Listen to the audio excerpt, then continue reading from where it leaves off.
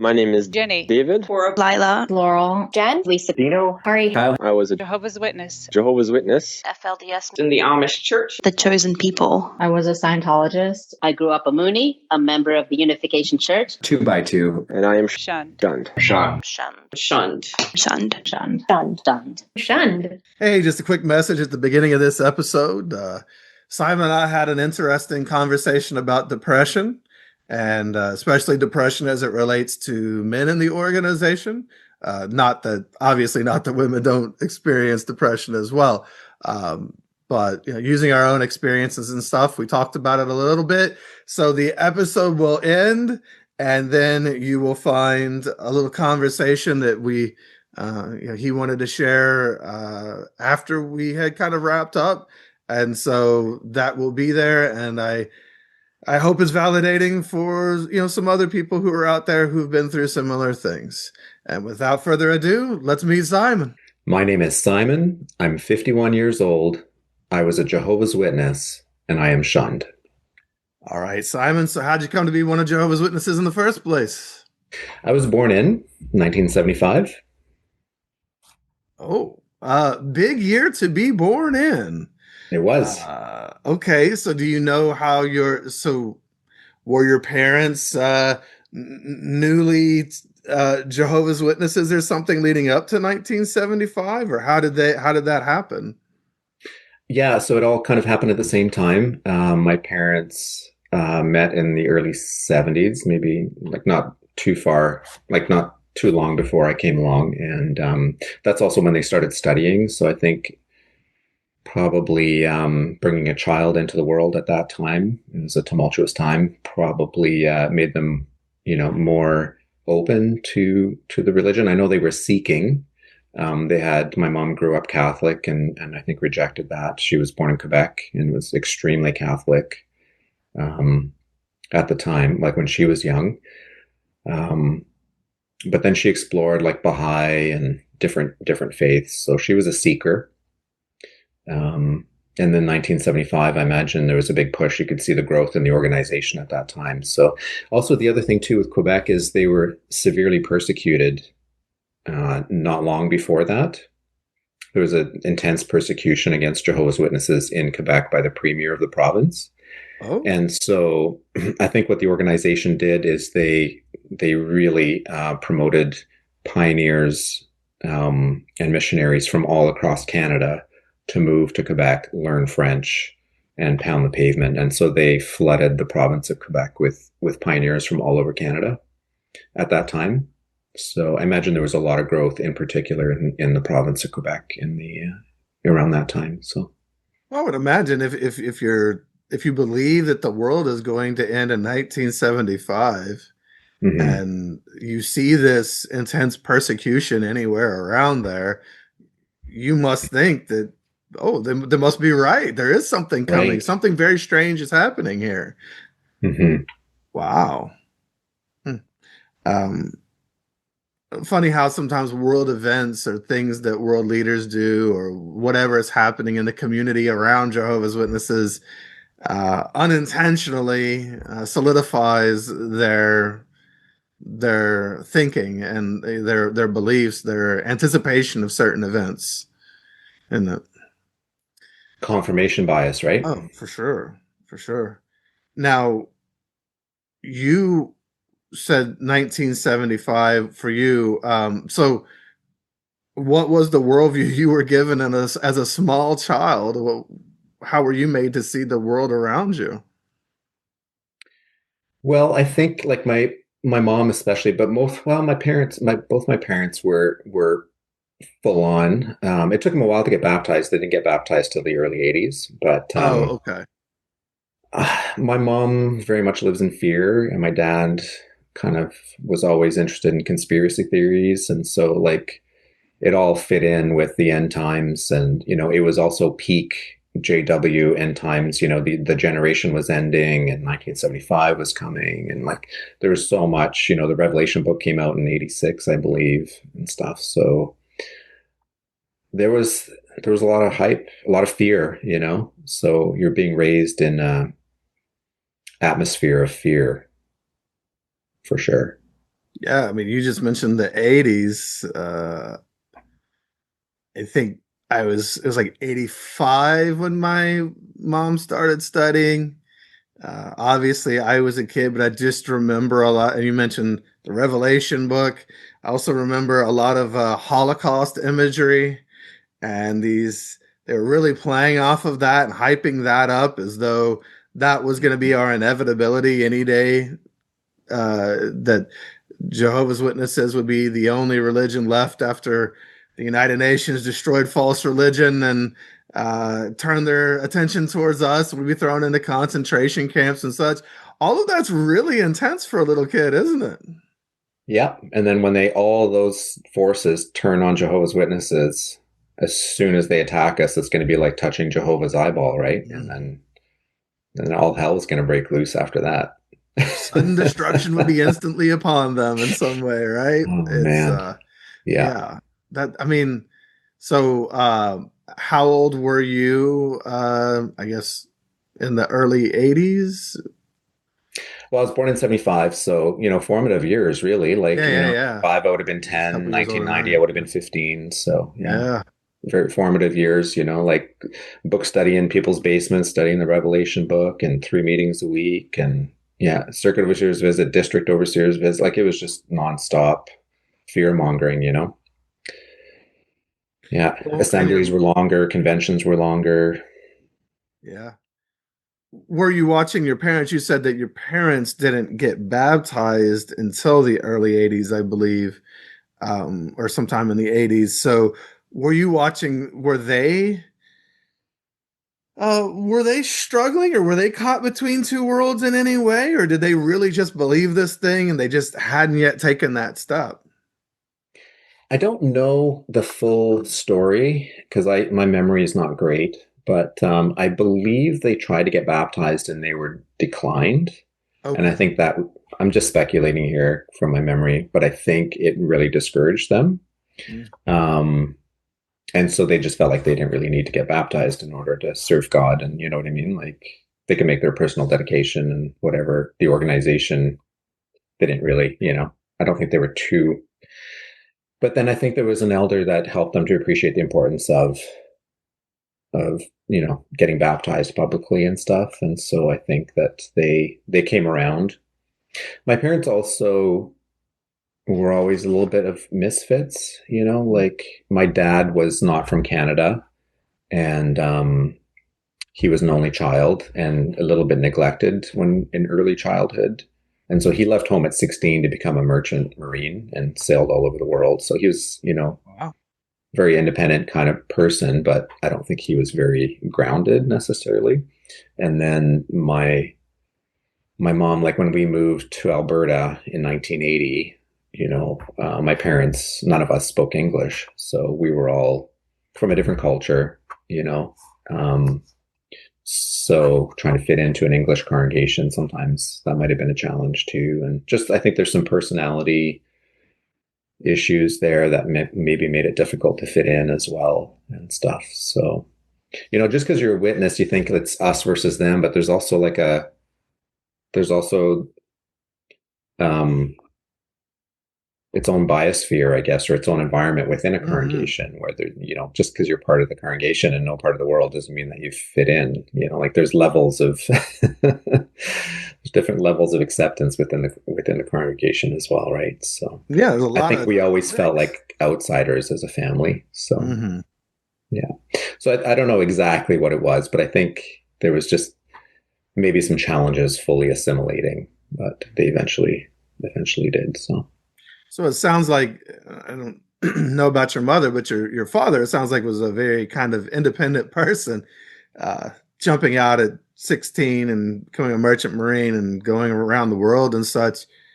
But yet he still ended up in Jehovah's Witnesses, and um, which is all about assimilation much more than it is independence. But it sounds like he did kind of do it his way to some degree, which is going to make you unpopular. Mhm. They like sameness.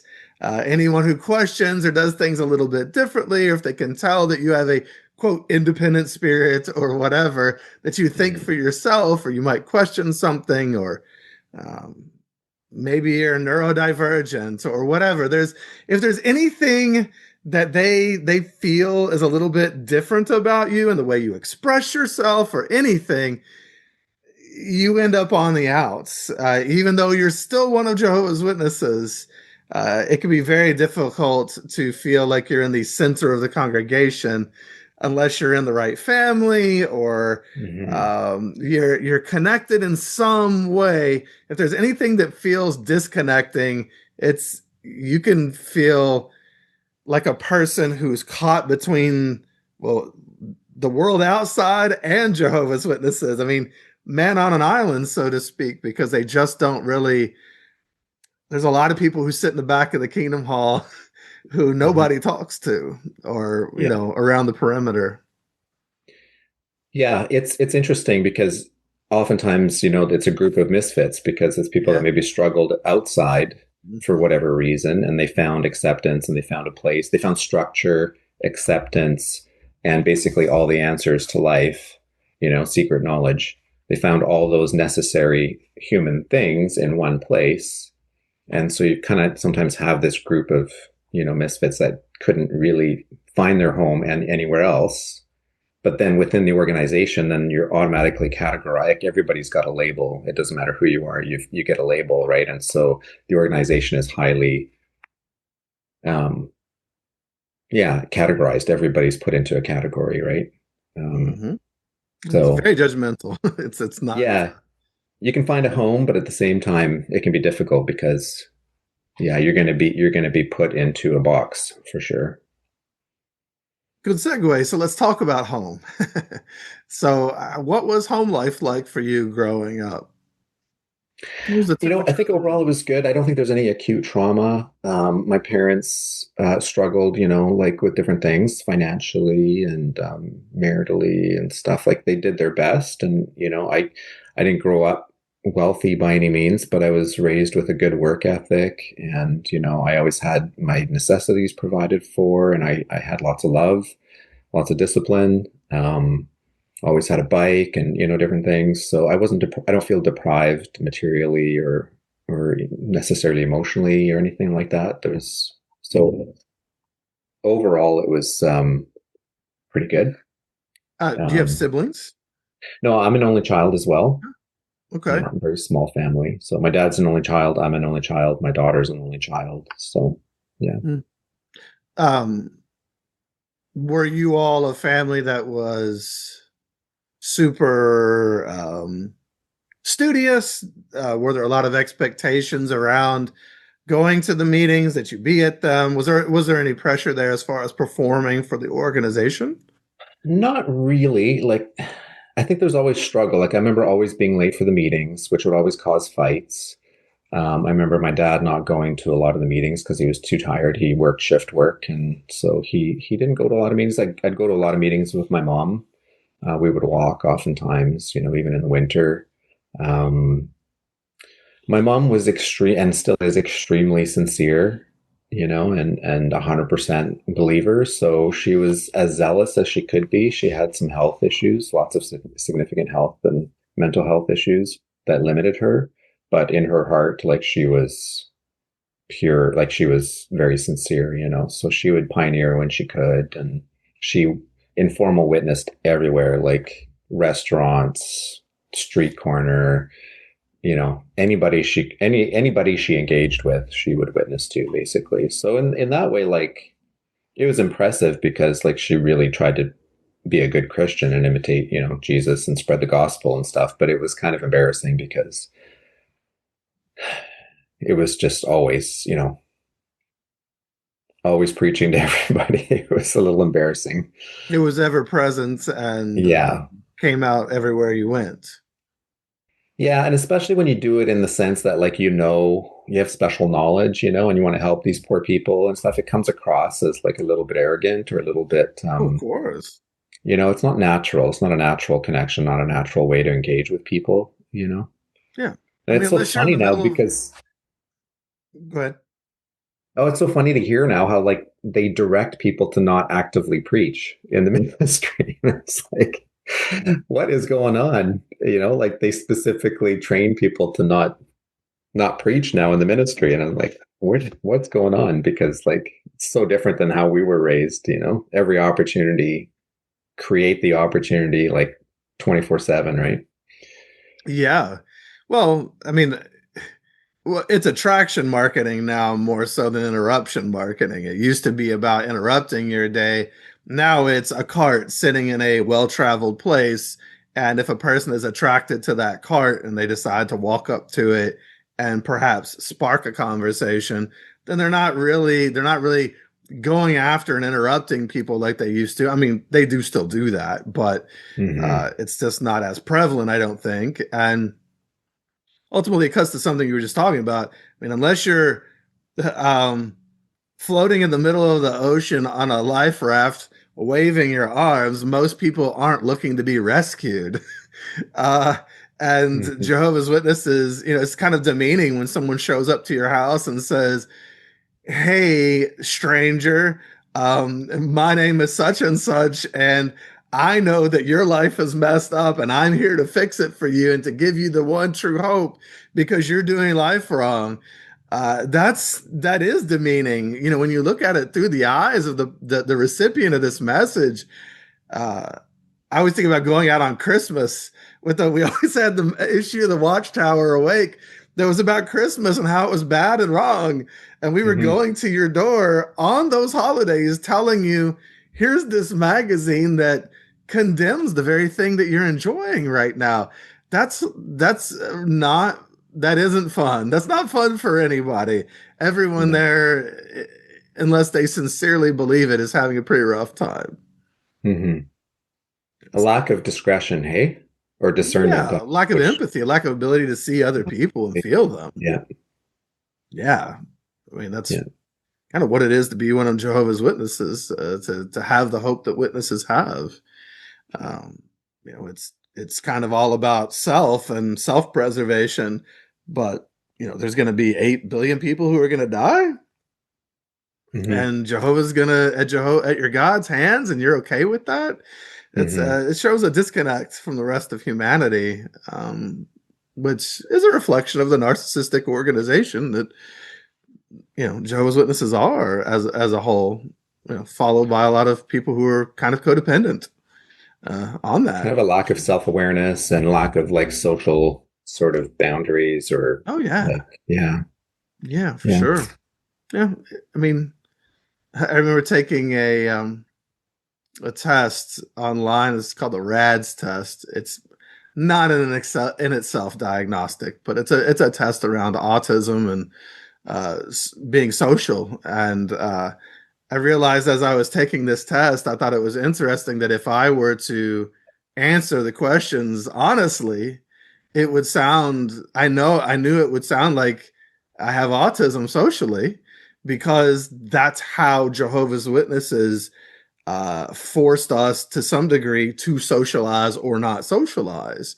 And, certainly there are folks who are autistic or on the spectrum and are Jehovah's Witnesses fair. But I could see as I was answering the questions, yeah, some of the ways that I socialized in the past were a certain way, but it's not because I wanted it to be that way. It's because that's how I was forced to socialize or not.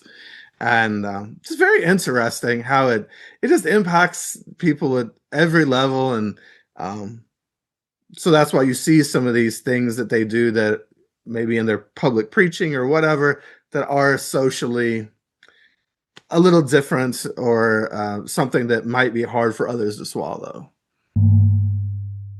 If you're feeling stuck in your life after cult involvement and can't find the life you want, leaving a cult is a new beginning on a path to healing, not some magical end itself that is healing. Relief from the immediate pain feels good at first, but that's not necessarily true happiness.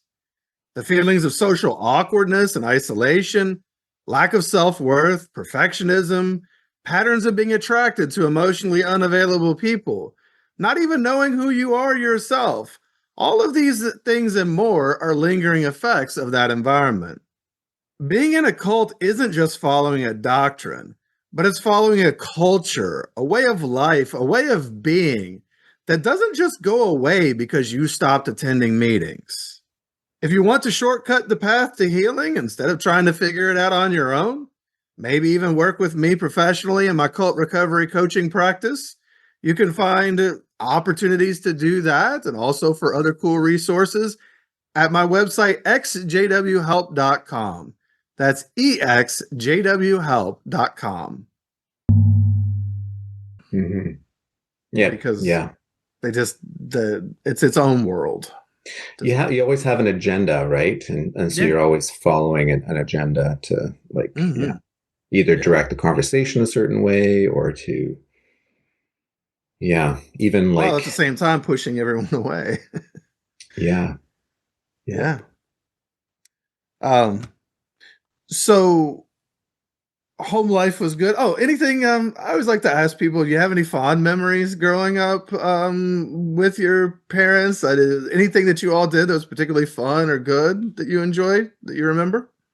Well, I think probably the one thing that really stood out is we would take road trips once in a while. And so living in Western Canada, you had access to a lot of natural beauty, within a day's drive. So whether it was just taking a day trip out to the mountains or going on holidays to like the Okanagan Valley in BC in particular, or even down into the States a couple times, whether it was Glacier National Park or, so we went down to Yellowstone, I think, once. So I always really enjoyed the road trips, and it just broadened my horizons, and it's something that I continue to enjoy till this day. So, yeah. Glad that you all got to have those experiences together. Mm-hmm. Like Glacier and Yellowstone are gorgeous places that I really want to visit.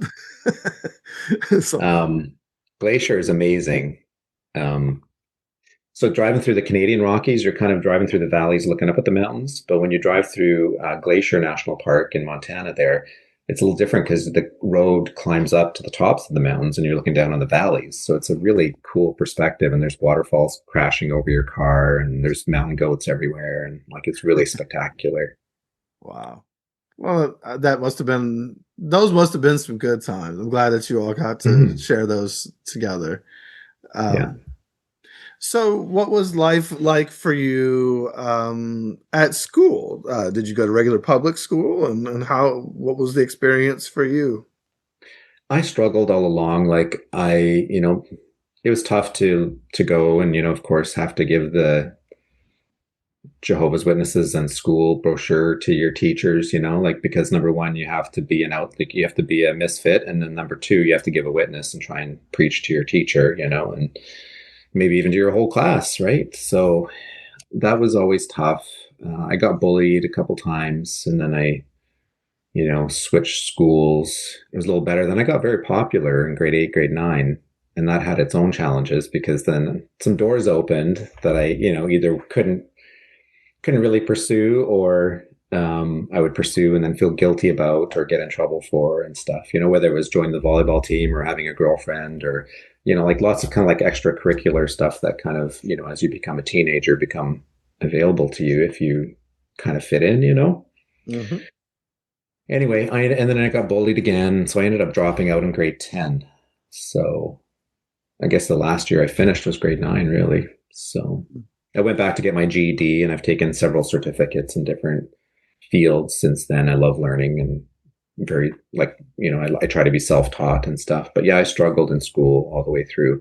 And I think looking back is something I've just realized in the last couple of years is that I struggled in all authoritarian institutions, whether it was having a job for a big corporation, Fortune 500 corporation, whether it was a school, whether it was the Watchtower organization. It was always very difficult for me to conform fully. Kind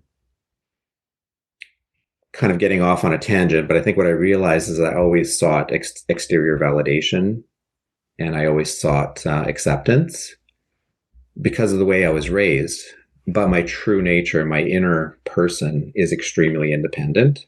And so at the same time, I also could never conform and fit in fully into these organizations. I was too much of a free thinker, too independent, And so when I finally understood that about myself, my nature, then I realized like, okay, I'm not a failure. It's not that I'm, you know what I mean? Like it just helped me to accept myself and my strengths and my personality rather than beat myself up for struggling, with within institutions, if that makes sense.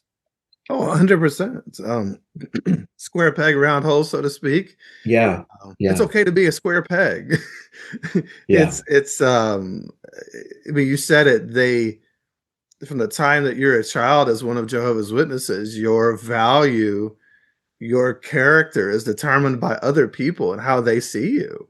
It's Hmm. not self-determined at all. It's not really self-esteem. It's esteem derived from how everyone else views you. And that Yeah. has to be earned, and you have to perform in order to get that validation and Yeah. esteem. And it's really well, it's just obviously invalidating. It's depersonalizing. We're not supposed to Yeah. be our own individual person. We're supposed to be one of many. And So many things in society is approval through conformity, you sure, know? And so once you learn to self-validate and stop seeking that and, realize that, yeah, there's more important things than conforming, then I think you get a lot of freedom. The weight gets lifted and I don't know. You can just but let also go sometimes you a get lot. bullied, right? Yeah. Because Yeah. I was going to ask that. You said you were bullied. There was bullying and then popularity and then bullying again. Was the bullying around being one of Jehovah's Witnesses? Was it around, did it center around you being different in that way? Or was it just, I mean, I was bullied a lot and a lot of it didn't necessarily have to do with Jehovah's Witnesses. What was it for you? I don't remember exactly. I think being different, kids tend to. I think it's different now. There's more acceptance for individual differences in schools, Sure. and it's kind of celebrated. But I think maybe culturally back then, like any difference was highlighted and punished. um, I don't know. It could have been just natural stuff. Maybe I was mouthy, or maybe it's because I was different. Maybe I was soft, maybe just bullies look for the soft, easy target. I don't know. I don't remember exactly, but it wasn't a huge thing, but it did lead me to feeling even more isolated and then eventually, dropping out and stuff. So it did have an effect, but it wasn't Yeah, like must have. horrible Yeah. or anything. I think everybody gets picked on a little bit here and there. In school, it happens, right? Builds Oh, for character. sure. For Yeah. sure. And I think a lot of times, I think you mentioned, coming off soft, so to speak. I think that when you grow up in an environment, a witness environment where again, your identity is determined by how other people see you and performing, it kind of sets up a dynamic by which you're chasing validation and you're, please, please see me as worthy, kind of Hmm. desperate for that to some degree. And, uh, when kids see that in a school, they jump on it. Hmm. It does. A lot of kids who are bullied because they were first bullied in some way at home. There's somewhere around where they weren't being given validation and self-esteem and helped to or encouraged to have a really good sense of self. So then they go into these situations and then other kids kind of sense that, and certain Hmm. kids can exploit that because they have their own issues. Yeah, they have their own issues and they can Right. feel it, like you said. I think one thing too is I don't know how to exactly explain this, but I think too, like I'll speak for myself. I don't know. It might be something other people have experienced too, but I feel like maybe you grow up with a huge sense of like a superiority complex. Oh, Because definitely. you're going to be Man, that could you're one get of the you in trouble chosen. You're too. gonna you're gonna survive. They're all going to die. They're doing bad things. You're doing you're morally superior. Blah blah blah. And you know how to dress well and speak well, and you know what I mean. So you have a little bit, I think, of a superiority complex, but also wrapped around like a huge inferiority complex because you're ostracized from society and you can't participate in stuff, and you know what I mean. Like you have to do things that you're embarrassed about and stuff. So I think it's a kind of a toxic mix of a superiority slash inferiority complex, and I think that's probably very off-putting to a lot of people, a lot of peers, you know? Yes, yes. Well, and there's probably other kids who are getting bullied, and school is where they can suddenly exercise their authority in some way because maybe they're bigger than the other kids, just not bigger than dad, right? Or whatever the case may Yeah. be, and they can pick up on your insecurity, and that's a dangerous mix. It's Yeah. not a fun time. Yeah. Um, so that was your school. So you dropped out in the 10th grade. Congrats on getting your GED, and again, being a lifelong learner, that's awesome. Mhm. Um, what about the Kingdom Hall? Were you all the family? I mean, you kind of touched on it a little bit, but how did you feel at the Kingdom Hall? I don't know, was there any part of it that you connected to or enjoyed, or was it all something that you, again, didn't maybe feel connected to because you felt different? Yeah, I feel like our family was never at the center of the congregation. You know, we were always kind of on the fringes for whatever reason, whether it was attendance or, whatever. So I always felt like on the fringes of a congregation. It was very much fire and brimstone, when I was younger. Um, and there was no kids my age. So I didn't really have any friends. Like I had some neighborhood friends, but I couldn't really fit in at school for a variety of reasons. And then there was no kids in the congregation. So yeah, I found it kind of boring. And I don't know. I think by about 14, I didn't really want to have anything to do with it. It just seemed like restrictive and boring and like just, yeah, not for me. So I always thought it was kind of the truth, but I was kind of, my heart had checked out. My mind had checked out. Yeah. Um, Interesting. You thought it was the truth, but your mind and heart were checked out. Can you elaborate on that? Yeah, I think it's the cognitive dissonance, right? Okay. But you just don't have the words. You just don't have the insight at that age or the words. But I think it was cognitive dissonance. It's like, this doesn't feel right. It's not for me. But my parents say it's the truth and it sounds like the truth. And they've got all these books and prophecies and you know what I mean? Like all these people can't be wrong. But it's just like, but I knew it wasn't the right fit. Right. So of course, more feeling alienated and, like still looking for a sense of connection and acceptance and it just made me feel more alienated. um I was actually headed down the wrong road, like getting involved in some criminal behavior and some habits habits that weren't healthy and stuff like that. And I was about ready to move out at around 15, I think 14, 15, with a friend from school who already had his own apartment. I think he was 16, must have been in the foster system. But I had made an older friend, an older JW friend in a neighboring congregation, and he actually had moved to a different city. So he invited me to come and join him for a few weeks just to get a bit of a break from my situation before I decide to move out, just to get a different perspective.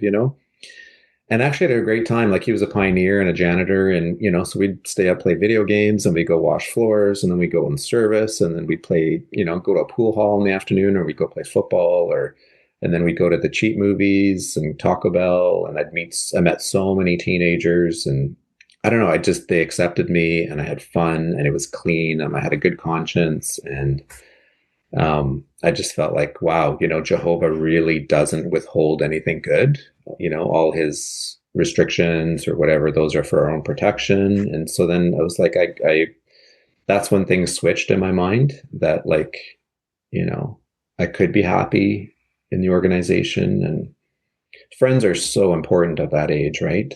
Oh yeah. They're non-negotiable. I mean, teenagers need friends. They need a social group. So in a way, it's good that I fell into that because I think I was headed down the wrong road.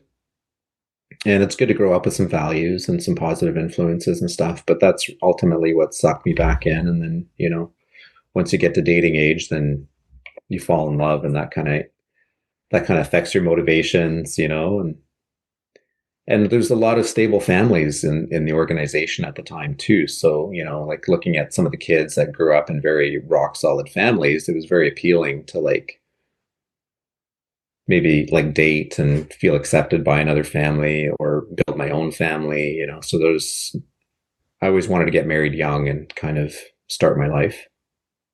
Well, it sounds like,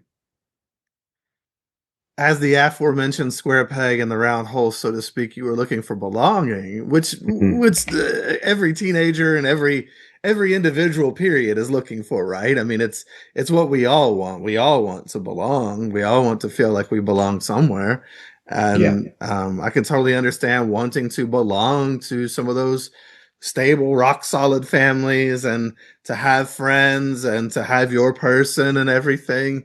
That would have felt amazing coming from what you've described so far, Hmm. to start to feel that. When did you get baptized? Was that something that occurred in your early teenage years or later, or when did that? 17. Oh, 17. So okay, so wow, so that happened then during the the Taco Bell cheap movies, football days with friends and fun and that sense of belonging. It was after that, so I came back to my city, to Calgary.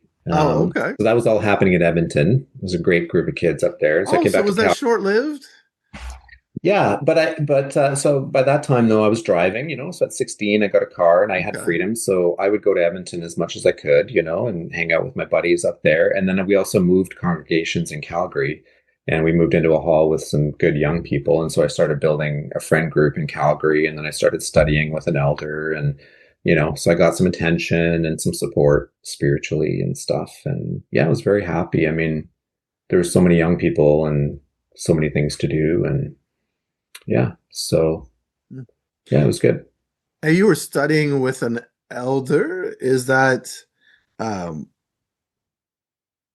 was there a reason that it wasn't your parents? Is that because you just hadn't gotten baptized by then, so they thought maybe bringing in an outside influence would help, or do you know? I think so. I think I always had a hard time connecting with my dad. Mm, I remember studying with him when I was younger, like the youth book and the great teacher book and stuff, but I didn't particularly enjoy it. And I think my mom would always have to kind of remind my dad that it was his responsibility. So I don't think he was the strongest spiritual leader, for one thing. And for another thing, we always had a very difficult relationship. Um, yeah. So it just wasn't going to happen. okay. Um, well, so you're now studying with an elder. How do you things progress as you head towards baptism? I mean, you're so you're not going to school, I guess, at that time, or maybe you'd already, I don't know, when you got your GED or whatever, but um, so are you devoting all of your time at that point to, are you working? Are you devoting time to the ministry, or, or witness activities? What are you spending your time on? And how's this leading you towards baptism? Yeah, so I was working part time and just living my life, like I try and go out in the ministry a couple times a week and hang out with my friends and work part time and yeah, go camping. And I don't know, times were different. Life was a lot cheaper back then, so like you could afford to like work part time and have an apartment, and still have money to go out Yeah, not and have a today. car. Like it's crazy how much Wow. easier life was back then. Um, but yeah, then I kind of I got married at 21, so I got married fairly young and started my career in the wine business, so working full time. I never really like did a deep dive into the organization, even though I feel like I was pretty fully indoctrinated at that point and going forward. I never pioneered and never really became like I met a auxiliary pioneered a couple times, but never became a ministerial servant or anything. I think I kind of jumped into survival mode in my early 20s for a variety of reasons, both like financially and maritally, and like everything became quite difficult. And so, yeah. Before we get to that, when you got baptized at 17, was that I mean, I always see that as kind of it's your JW birthday. It's the one time sometimes you get celebrated. People can be happy for you. Maybe it's your parents or everybody else, or you get to be invited to do things. Like, did that change anything for you, or did you even have like a really good day around it? Was your baptism uh, something that you were excited about? Or were you just kind of taking the next right step? Yeah, no, I did it freely and willingly. And I thought it was the truth. I studied like crazy back then. I would study like the bound volumes and the insight books, and like there'd be stacks of books on my desk for meeting prep and talk prep. And so I was very studious about it, and I took it seriously.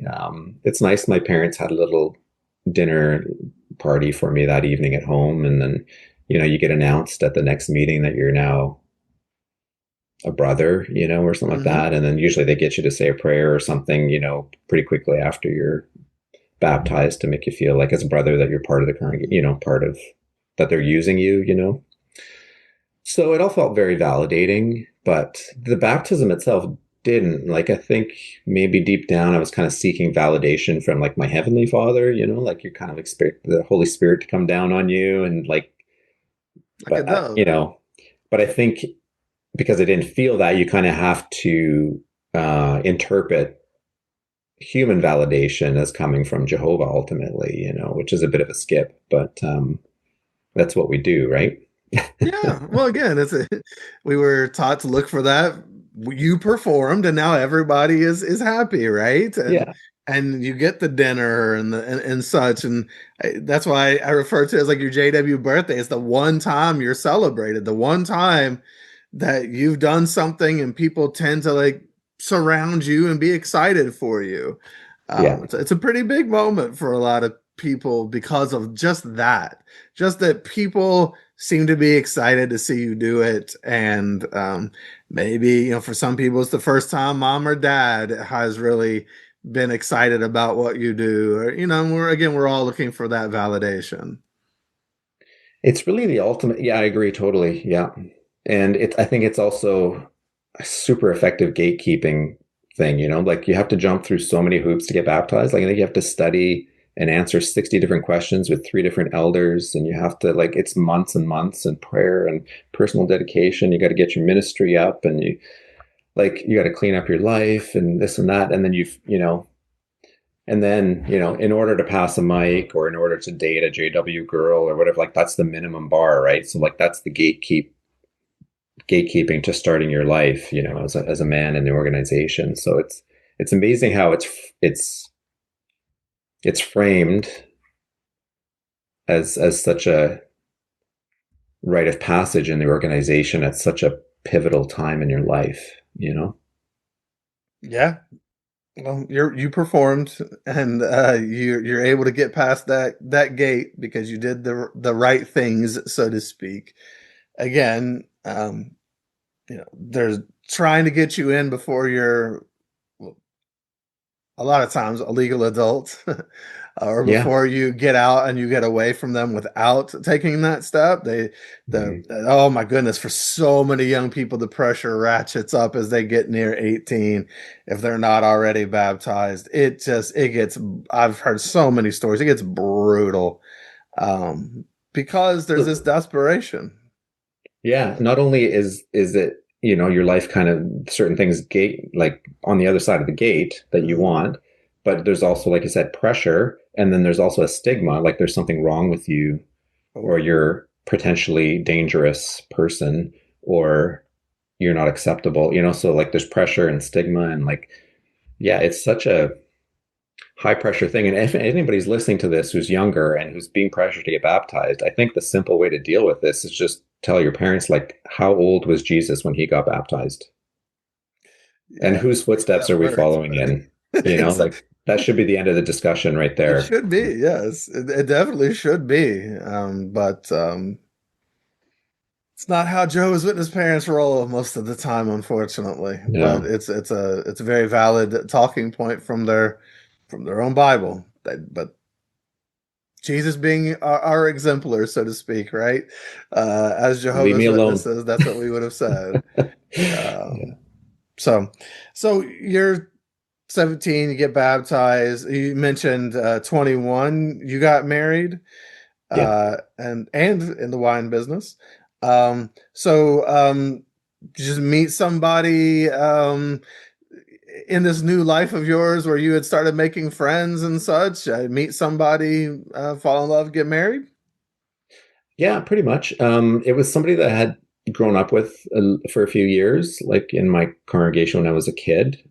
But we weren't necessarily friends. Like we were kind of familiar, but she was a little bit younger and she was a girl. So, but somehow she came back into my life. I think I was friends with her brother. I became friends with her brother a little bit later, and he was saying that his sister was coming back into the organization. Like she had left for a while and she was coming back, and so I was just trying to be encouraging and supportive, and yeah, I think we fell in love. And but that marriage only lasted a year and a half, and it was pretty troubled the whole way through. So yeah, it was challenging. Oh, I mean, it shouldn't be too much of a surprise when you look at how Jehovah's Witnesses get married. I mean, you often marry one of the first people you date. You don't know who you are. They don't know who they are. Mhm. It's a recipe for utter disaster. So much pressure. Yeah, so much pressure. You're Hmm. just trying to explore life and um, normalcy. Yeah, yeah. Um, so you said that lasted a year and a half or so. Did uh, did that end in a way where someone got disfellowshipped, or how did you all? It was, yeah, there was a lot of drama around that. I don't think anybody got disfellowshipped, Mm, but there was some drama and a ton of heartbreak on my end. Like it really knocked me out. So I became inactive for 6 months, and I walked away from a lot of things in my life. And yeah, it just, it's hard to be rejected when you're so insecure already sure. and trying so hard. Yeah. Yeah, so it was hard, a lot of crying, but no, I got through it and turned my life, like got back into it. I just became a workaholic and found a great opportunity, a great job, and just sunk into that. And then I changed congregations and made some new friends and just rebuilt my life. And yeah, I met another great girl, and so we got married when I was 25. So I got married for the second time at 25, and I was so happy because it was my second chance, and it felt very validating, after being rejected and failing publicly. Um, and that lasted 25 years, and we just got divorced finally 2 months ago. The divorce came through after 25 years together. So yeah. Well, whether or not that was for the best, I'm sorry. If that I'm sure when things dissolve or when things end, that's always difficult, even if it's in the best interest of everyone. That's and um, 25 years, a long time. Hmm. Did so you got involved in that relationship? Was it? I don't know. What was your how was your adulthood playing out? I mean, so sounds like that leads you up until about the time we're talking. So, how did your adulthood play out before you left the religion? What transpired? It was always extremely difficult. We got married, and then the housing market, like just I think housing prices in Canada have gone up about 350% in the last, like basically during the time of our marriage. So housing was always challenging, and finances, and a ton of health problems and mental health problems, and difficult pregnancy and family issues, family drama, and lots of moving. So, you know, it was just a constant challenge. I think I've just been in survival mode, honestly, for most of my adult life. Yeah. And yeah, so difficult, yeah, would be the way I would describe it overall. And for most of it, I also dealt with a lot of cognitive dissonance because I had a lot of questions and doubts that creeped in after about 3 years of marriage. I started to like look at things in the organization and go like, that's not right, or that doesn't make sense, or, something's not right here. And but you just kind of put it away because you're not supposed to question. And I just assume I've been trained and my personality to assume it's me. There's something wrong with me. There's something I don't understand. It'll be clarified in time. There'll be new light. Leave it in Jehovah's hands. Whatever you want to, whatever thought stopping device you want to Choose use. your I thought probably use them stopper. all. Yeah. So Yeah. Okay. Well, you have a lot to lose too. If you do see that if this isn't the truth and you decide you need to leave it or something, you're married, at I don't know if you had a child at the time or anything, but that's just a lot. That's a lot to go through, a lot to look at huge. all at Yeah. once. Yeah, you stand to lose everything, your parents. Yeah, I don't know if we'll get into it later, but like you do lose a lot, and that's the thing with waking up is, it's great to wake up, but then you realize you're going to have to pay a price, Mhm. and then you're either going to have to potentially lose all your family and friends, potentially your marriage, potentially your kids, maybe your work situation, your hope, your identity, your faith. Like you're going to incur some losses, or you can sacrifice your integrity, and you can sacrifice your mental health, and you can sacrifice future opportunities, living an authentic life, living in accordance with your conscience, but either way, once you wake up, I really feel personally that you're going to have to make a choice, and you get to choose which sacrifices you're going to be willing to make. But waking up is just the beginning. Oh, for sure. Ultimately, it's choose your heart, right? Is it more painful to be in the organization or more painful to leave? And unfortunately, for a lot of folks, we got comfortable with the pain of being in. We knew what it was like to push ourselves down. We knew what it was like to uh, detach from our authentic self to some degree. We knew what it was like to have, even though we didn't see it at the time, hollow relationships. It's when you leave that you start to see how valuable those things are. But if you've never experienced authenticity and you've never experienced personal integrity rather than integrity to Jehovah, and if you've never had real relationships with people who just like you for you and don't need you to be exactly like them in order to even be able to see you, um, you just don't know how good it can be on the other side of that pain that you're going to have to endure in order to get out. Exactly. It's almost like we're all mirrors in the organization. We're just mirroring each other back and forth, right? Well, But yeah. In the Greek myth of Narcissus, what's he do? He goes and he looks into the reflecting pool, and what does he see? But something oh so beautiful staring back at him. He falls in love with his own reflection and ends up drowning in it. yeah, Um, Jehovah's Witnesses drown in the mirror, the reflection of each other. That's what they do. It's a whole life of just mirroring each other, and nothing is yes, real. yeah. You make some very good points, and I didn't want to sugarcoat the losses and how those things have to be grieved, whatever Oh, they have to be agreed. losses you incur. But at the same time, with time, being able to look back with perspective, you realize that not all the losses were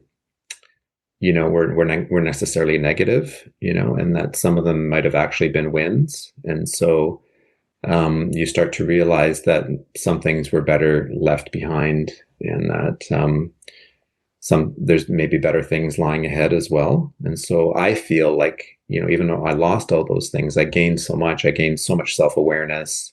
I gained a clear conscience. I gained a clear head. The cognitive dissonance is gone. I'm not living in a delusion anymore. I have room in my life for genuine relationships. Like the things I gained were so much more valuable than the things I lost, and even with my marriage, that was really tough. But even that I've come to terms with recently, like to lose somebody that didn't love you anymore. And that there was a lot of conflict with, like, in the grand scheme of things, how much of a loss is that? Would I choose to still want to be with somebody who doesn't love me and has introduced conflict, and now that I have peace and freedom and, all that stuff, like, no, I don't think I wouldn't, and so I feel like I'm past the grieving part now and I'm into the gratitude. And I think that's the one feeling that I'm left with after all this is acceptance and gratitude, Yeah. as difficult as it was. Yeah. There's a lot of sunk costs and a lot of the life that we had as Jehovah's Witnesses that we have to look at and say, okay, if I had to choose this life today, if I, as presently constituted, was dating this person, or if I was looking for a religion to join or whatever, is this what I would pick? And if not, why continue to choose it? Mm-hmm. Why choose it tomorrow and or today? And we have to really think about these things. And I think a lot of times if we think about certain relationships, I'm certainly not saying this with your ex-wife or whatever. I don't know your situation. But if you look at these situations and walking away would feel like relief, there's your sign that maybe you got the wrong one somewhere in here, whether it's the wrong religion, parental relationship, marital, friendship, what job, whatever. If relief is what you would feel if you walked away from it, then something's not right. And that's a good sign that some changes probably are in order to some degree. Yeah. I have not that relief is happiness, but it gives you the opportunity to start trying to find happiness. Yes. Yeah. I have a friend who's just reached out. He's just decided to leave the organization. He was an elder pioneer for many years, and we just reconnected recently. And like what you realize is that in your marriage, there's three parties. There's the Watchtower organization, and then there's your mate, and then there's you. And so he had to sit his wife down and tell her, like, look, you have to choose, like if you're going to live your life with me or if you're going to live your life for the Watchtower organization, because I don't want to be married to somebody who's not all in with me. Like I don't want to move forward to somebody who's not all in with me. He wants to have a family, he wants to have kids, and wants to move forward and leave that part behind, and I thought, like, it's sad, but that's what, that's the reality of a JW marriage, is that the organization, the Watchtower, is right in bed with you. It's right there in your relationship, and that makes it really difficult, especially if one wakes up and the other one doesn't. It's not impossible, but it's going to affect the quality, I think, of your marriage. Oh, and sometimes sure. Walking away is it's what's best for both, unfortunately. Yeah.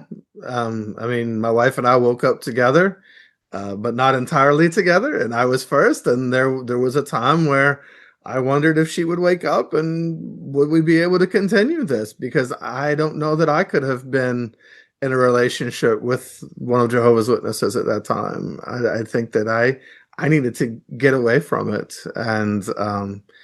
And certainly you talk about Watchtower being in bed with you. I mean, it's also going to parent your children. And so be very careful who you have children with, because I've seen the very real devastation and such caused by the custody battles and all the various things in my coaching practice. And it is so just, it's heartbreaking. I don't know. There's not a word for how deep the pain of all of that can be, because it's having a family and children is such an integral part of so many people's lives and identities, and then here's Watchtower showing up at the custody hearings and such, on the side of the other person and trying to make sure that they wrestle the kid away from you and that they turn the child away from you and, believe that you're going to be destroyed at Armageddon as the non-believing spouse or parent. And it's so destructive. Heart goes out to anyone working through that. It's so tough. It's brutal. Yeah. I'm very fortunate that my daughter left as well. I didn't know how that would play out.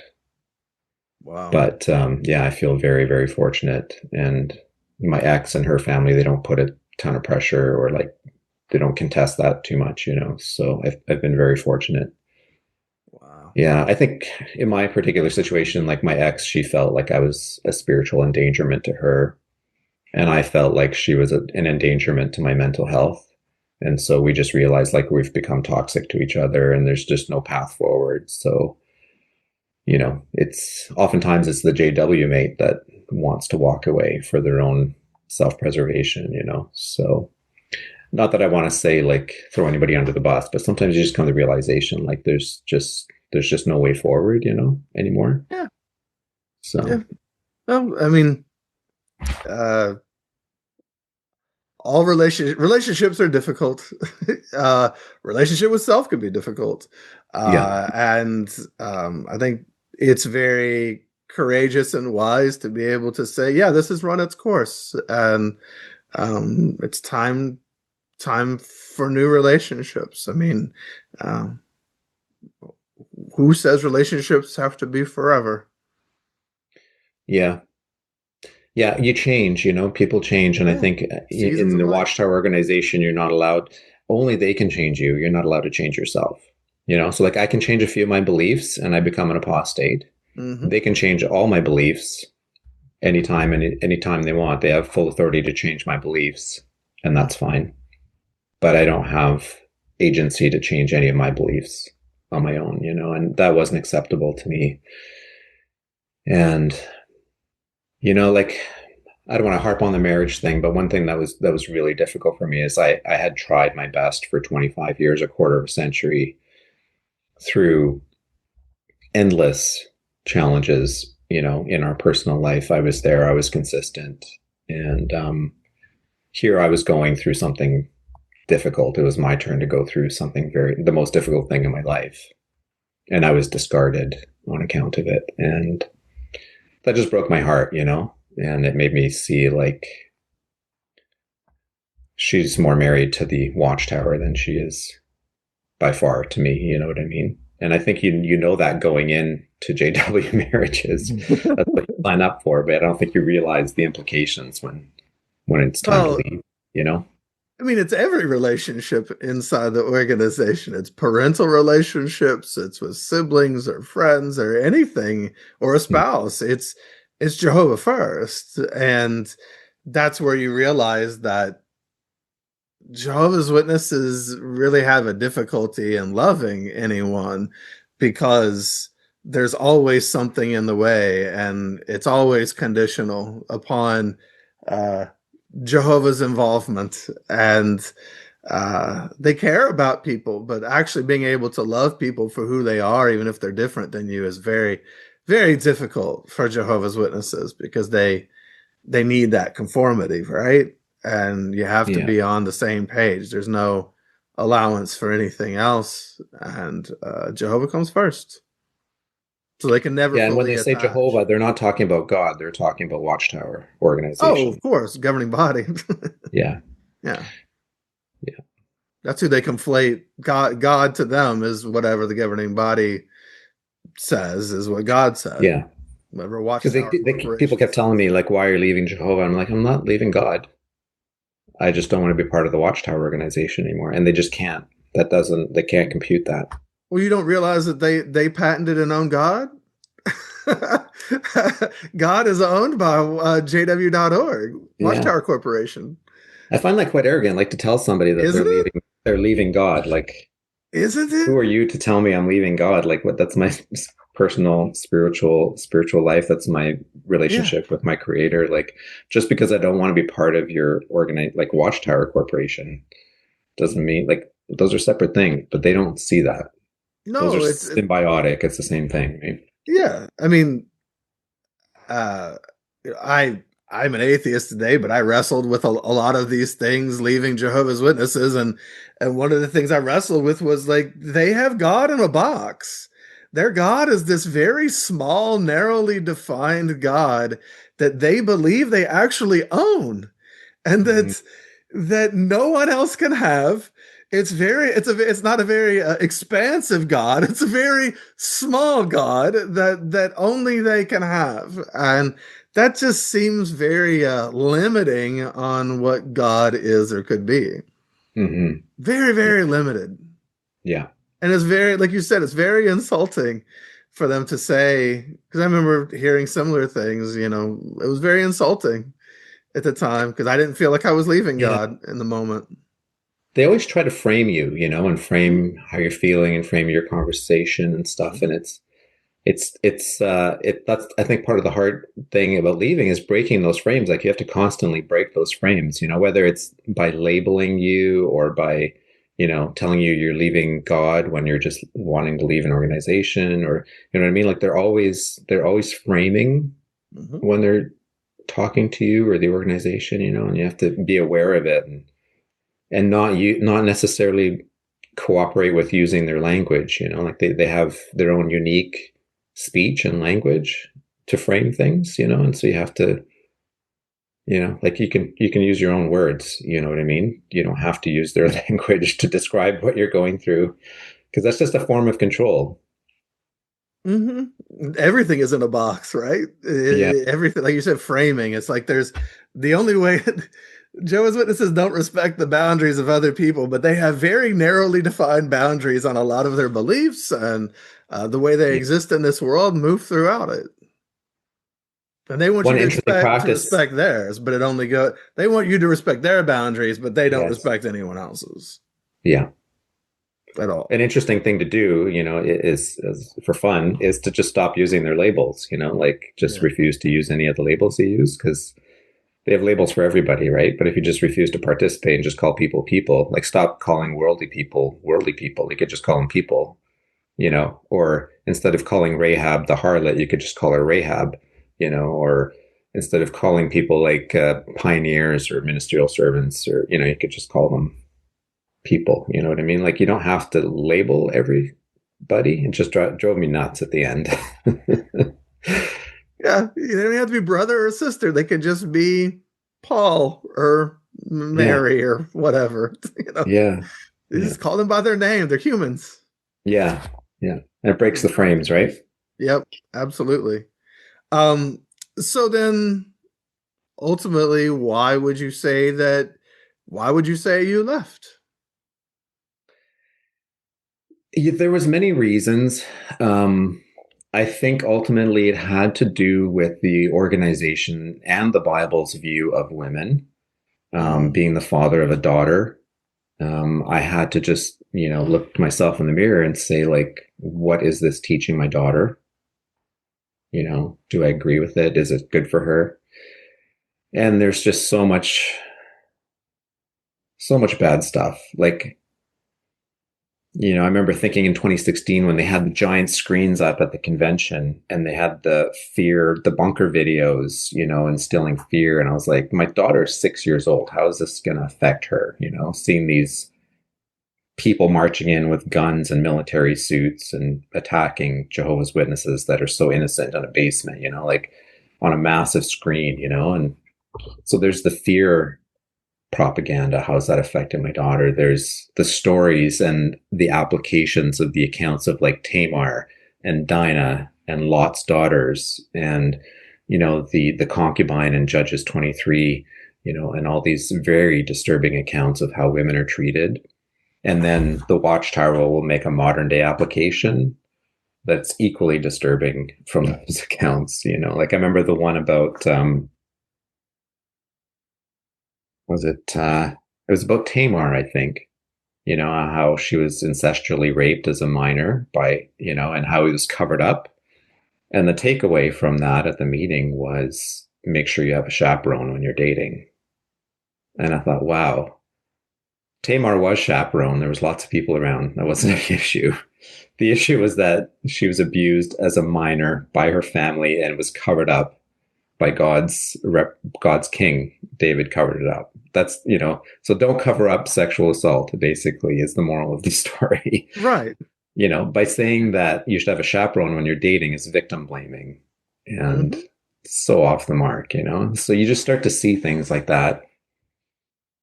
that are inexcusable, or Lot's daughters, like when Lot offered his virgin daughters to the mob outside to be gang raped in order to protect the angels, the men.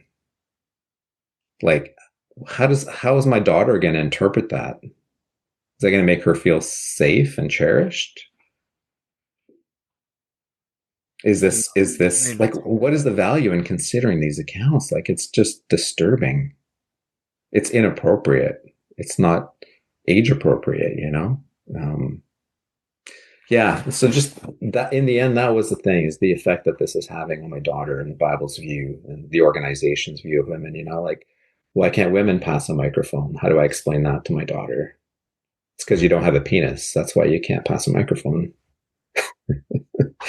The Australian Royal Commission, like just the systematic cover up, and that data came from the organization itself, and just completely inexcusable, especially when I remember going out in service and exposing, and we would go out like on worldwide campaigns to expose these things in the Catholic Church and show how evil and hypocritical and corrupt they were and deserving of destruction.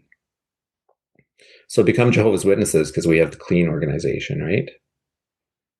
And then to find out that the same thing was happening at the same scale, at the same time as we were out exposing the Catholic Church, and we were actively, like, these things were happening and we were actively concealing it, like, just totally inexcusable.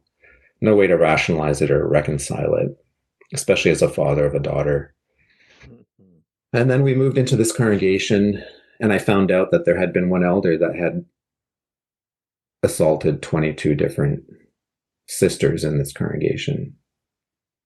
So you think, wow, congregation of 100 people, half of them are women, let's say, 60 are women. So it's like 1/3 of the women had been assaulted by this elder.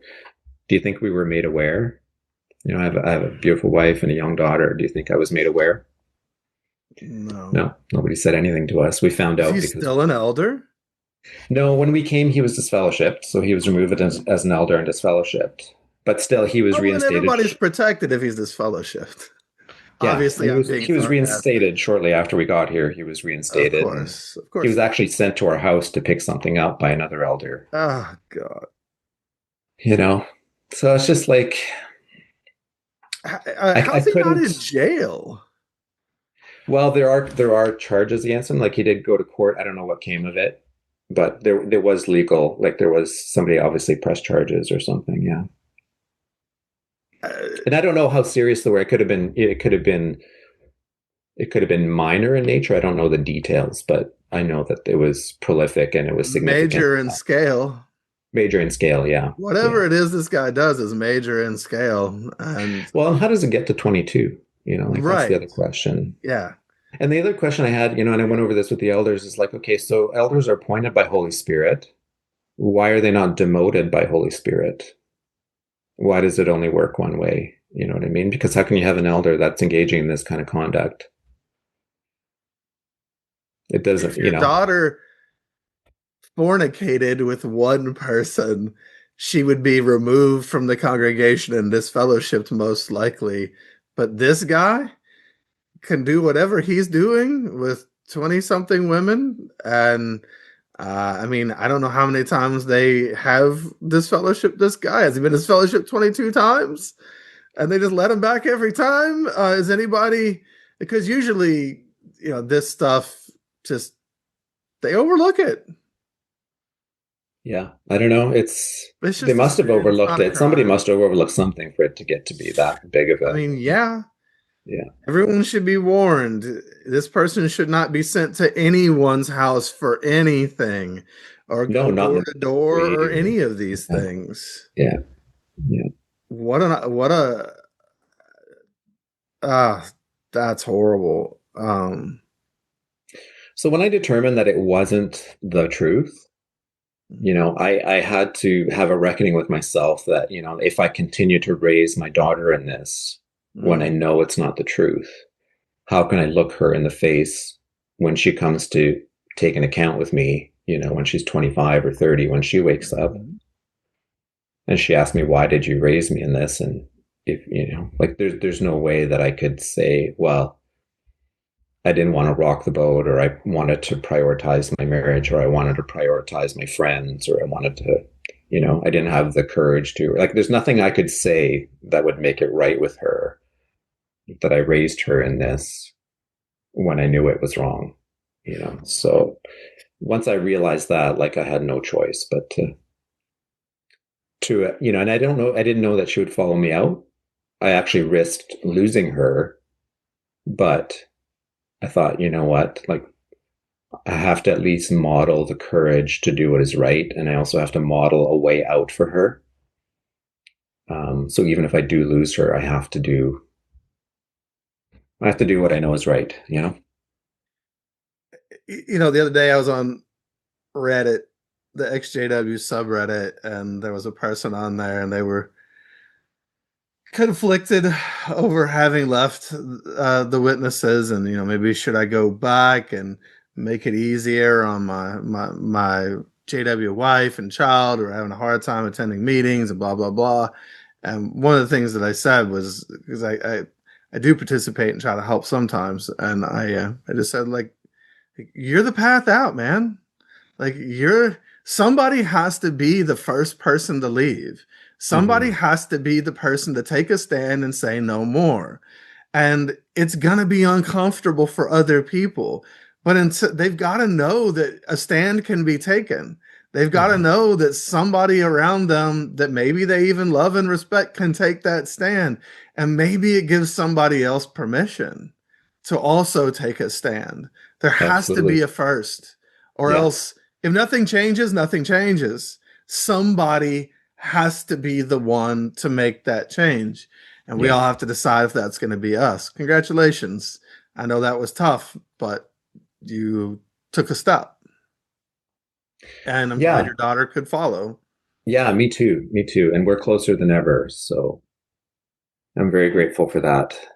I think I was going to touch on this a little bit later, but it might be a good place to bring this up too, is that, I realized as well that as toxic as growing up in the organization was, I think they gave us some very valuable tools that we can actually use in our waking up journey. For example, to highly respect and pursue truth, is something that we were raised with.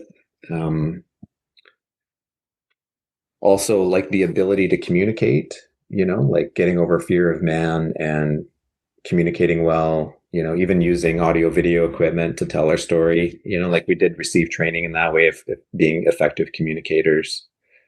We were kind of immunized against peer pressure, and fear of man, and that, like, we're used to sort of being looked down on or rejected. We're kind of immune from rejection after having so many doors slammed in our face and being ostracized from so many things. So, the idea of losing friends or whatever, like, it might not be as shattering to a JW, because we're used to switching people off, or being switched off, or, dealing with rejection and stuff. So I think a lot of us are somewhat immune to that. We were taught to also, like, stand up for what we believe in and be willing to face the consequences of that. We even up to the point of sacrificing our own life for what we believe in. So I think, we were given some tools that can serve us well on our exit journey, to have the courage. It's just being able to turn those tools in the other direction, right? Yeah, those are all good and valid tools that we could potentially use in ways. Yeah.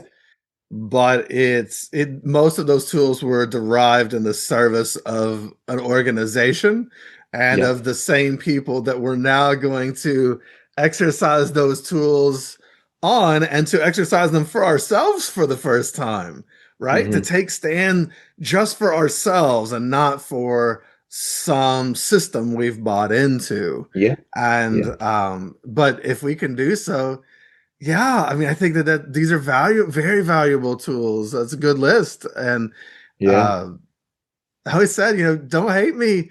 Don't hate me for, like, taking a stand for truth today, Jehovah's Witnesses. I'm just doing what y'all taught me to do. Yeah. You taught me to care about what is true and what is right. And what I thought was right is very wrong. So I'm going to speak out against that because I was taught to. Yeah, like they were tools that were given to us for reinforcement, but Hmm. we can use the same tools for our waking up, and for helping others. Absolutely. Even research. Like how many times did David Splain look at you in the face on the screen and say, "Do the research," or "Do the math," or I mean, whatever. So do the research, do the you're not math. supposed to do real research, Simon. Come on. You're not supposed to look at, I mean, you notice they don't have citations in anything really other than the Bible or their own publications. It's important to actually do real research and to Yeah, look outside of the narrow field of research that they've done for you so you don't have to do, as they say. Um, yeah, there's a whole world out here. I remember a gentleman one time asking me, he asked me, he said, Mike, have you ever left the country? Have you ever been outside of the United States? I said, no. And he said, how can you tell me that you have the truth? How can you believe that you know what's up and your scope is so narrow. You've never even left the country. What do you know about other cultures? What do you know about other belief systems? What do you know about anything? You just know what you've been taught in a small, isolated place in the Midwest, pretty yeah, much. And I was like, hey, touche. I can't argue with that. I had nothing to say. yeah, Nothing to say. There's a whole world out there. How can I talk about arrogant to claim that I have the truth? And here I am, just a kid who's been taught something and has never looked outside at anything else. Yeah. yeah. How can I claim to have any vast knowledge? Yeah, there's a quote I heard this week. I can't remember it word for word, but it had to do with like certainty. Like as witnesses, we had so much certainty about everything, and how really like it's quite foolish because Mhm. truly wise, intelligent people, they don't live in realms of certainty. It's kind of the opposite. Like yeah. What is the, Certainty is a bit of a red flag now, I guess, is what I'm saying. Like you got to see certainty as a red flag when you come across it. yeah. Oh, absolutely. What is it? The term, it's not Godwin's law, is it? Um, the people who know the least tend to speak the loudest. Uh, you see it online all the time. People who know very little about a thing have opinions about it that are great, Yeah. and they think that they equate those opinions with truth. Whereas the people who are actually intelligent know that they know very little. That there's a humility around what they know, and that there's just so many questions and things are so complex and they're not that simple. But I wish I'm blanking on the name of it, but Hmm.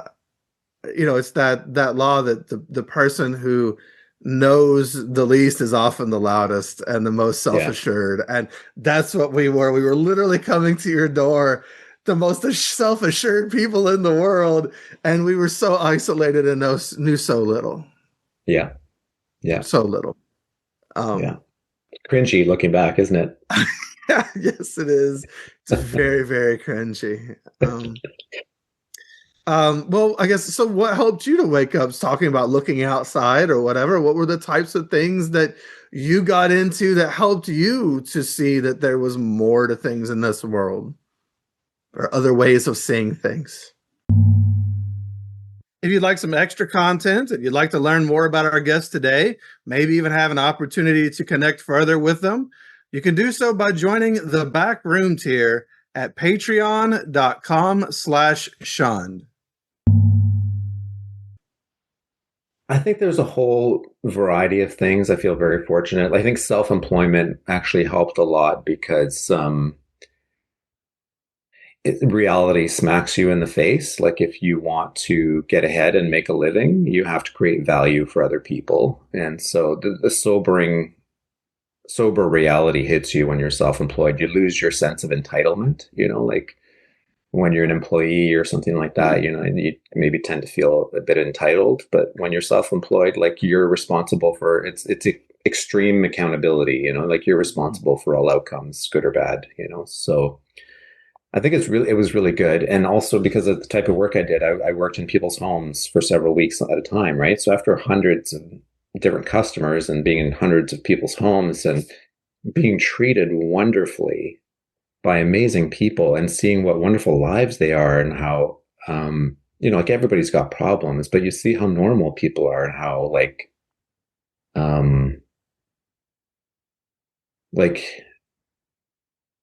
you see how like well integrated their lives are, you know, like they're moving forward, their kids are going to university, they've got a nice house, like they're, you know, like, yeah. And so you just realize like worldly people aren't just a bunch of worldly degenerate or evil degenerates, you know, like you get to see people differently when you basically join the family for a couple of weeks, you know. Yeah. Many of them probably don't have 22 women that they've assaulted in some way. Yeah. Yeah. You know? So Where's the degenerates? yeah. Yeah. So I think what it did is it probably expanded my horizon, but increased my empathy, you know, for people because they let me in. They showed me a great deal of trust and they paid me well to yeah, I forget what I'm trying to say, but like, yeah, they basically let me into their lives, you know? And so it was a lot of trust on their part. And it just really opened my eyes to get the appreciation and the validation. And yeah, so it helped me grow with my empathy, I think. After that, like also the type of work I do, I'm very fortunate because my mind is free. So I can consume a ton of audiobooks, podcasts, YouTube videos, you know, and I have to thank you very much, Michael, because like your show was pivotal in helping me to wake up because, you know, people's lived experiences have a lot of value.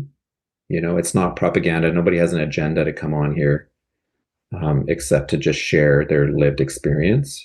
And that's truth, you know, and it provides a lot of validation to your own experience. It makes you feel like you're not going crazy, you know, like makes you realize you're not alone as well. Yeah, you're not the only in one. what you're experiencing.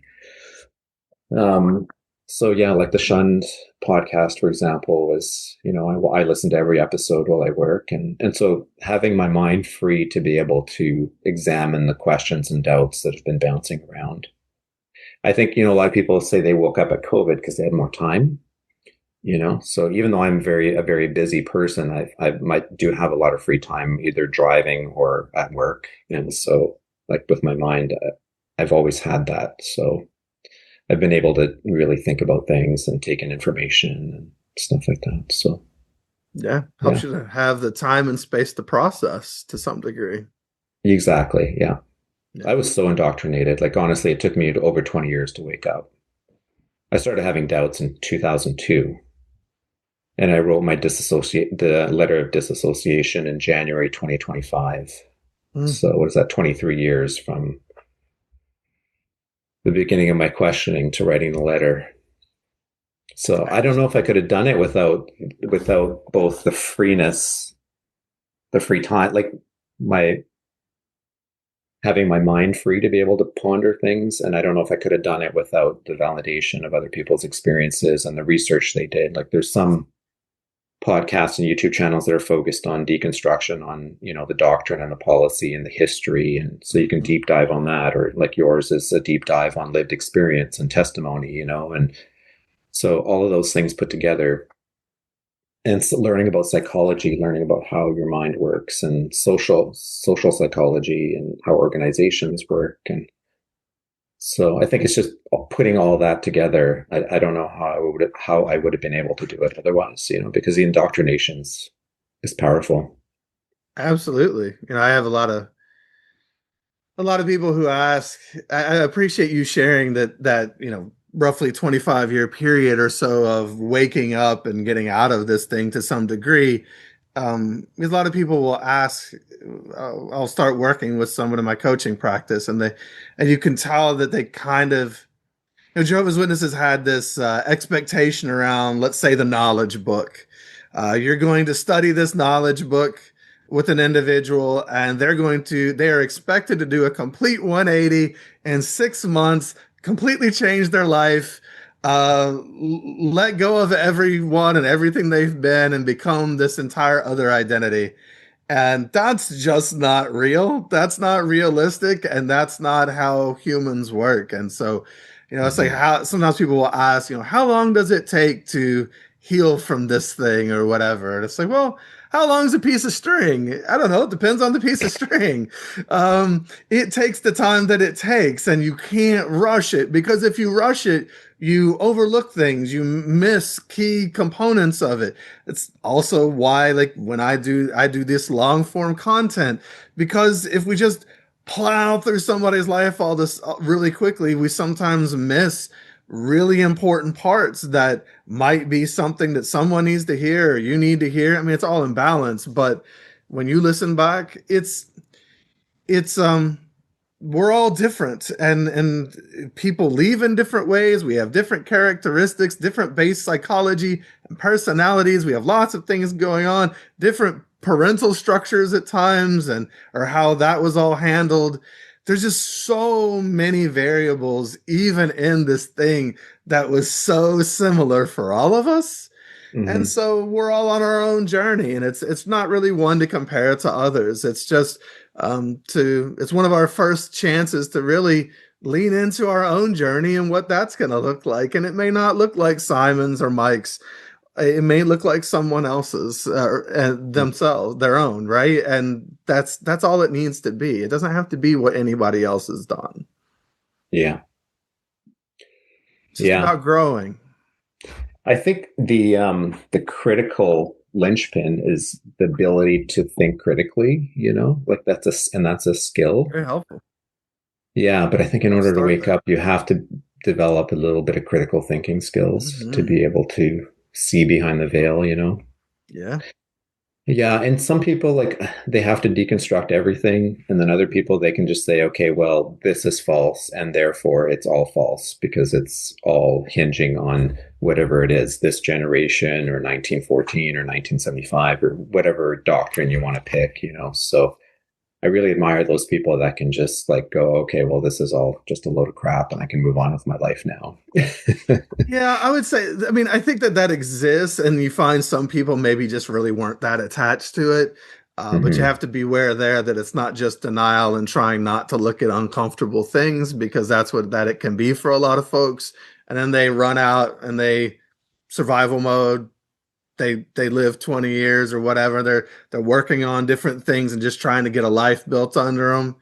And then somewhere down the road, the trauma taps them on the shoulder when they start to get more Yeah. stable and says, "Hey, buddy, I'm still here, and we got to clean this up. We've got to make peace with this. We've got to do something, because it is often coming out in their social relationships in some way, or the way they're moving through the world in their career, or their self-talk. There's often somewhere in there that it's showing up and rearing its head, and it has to be addressed at some point."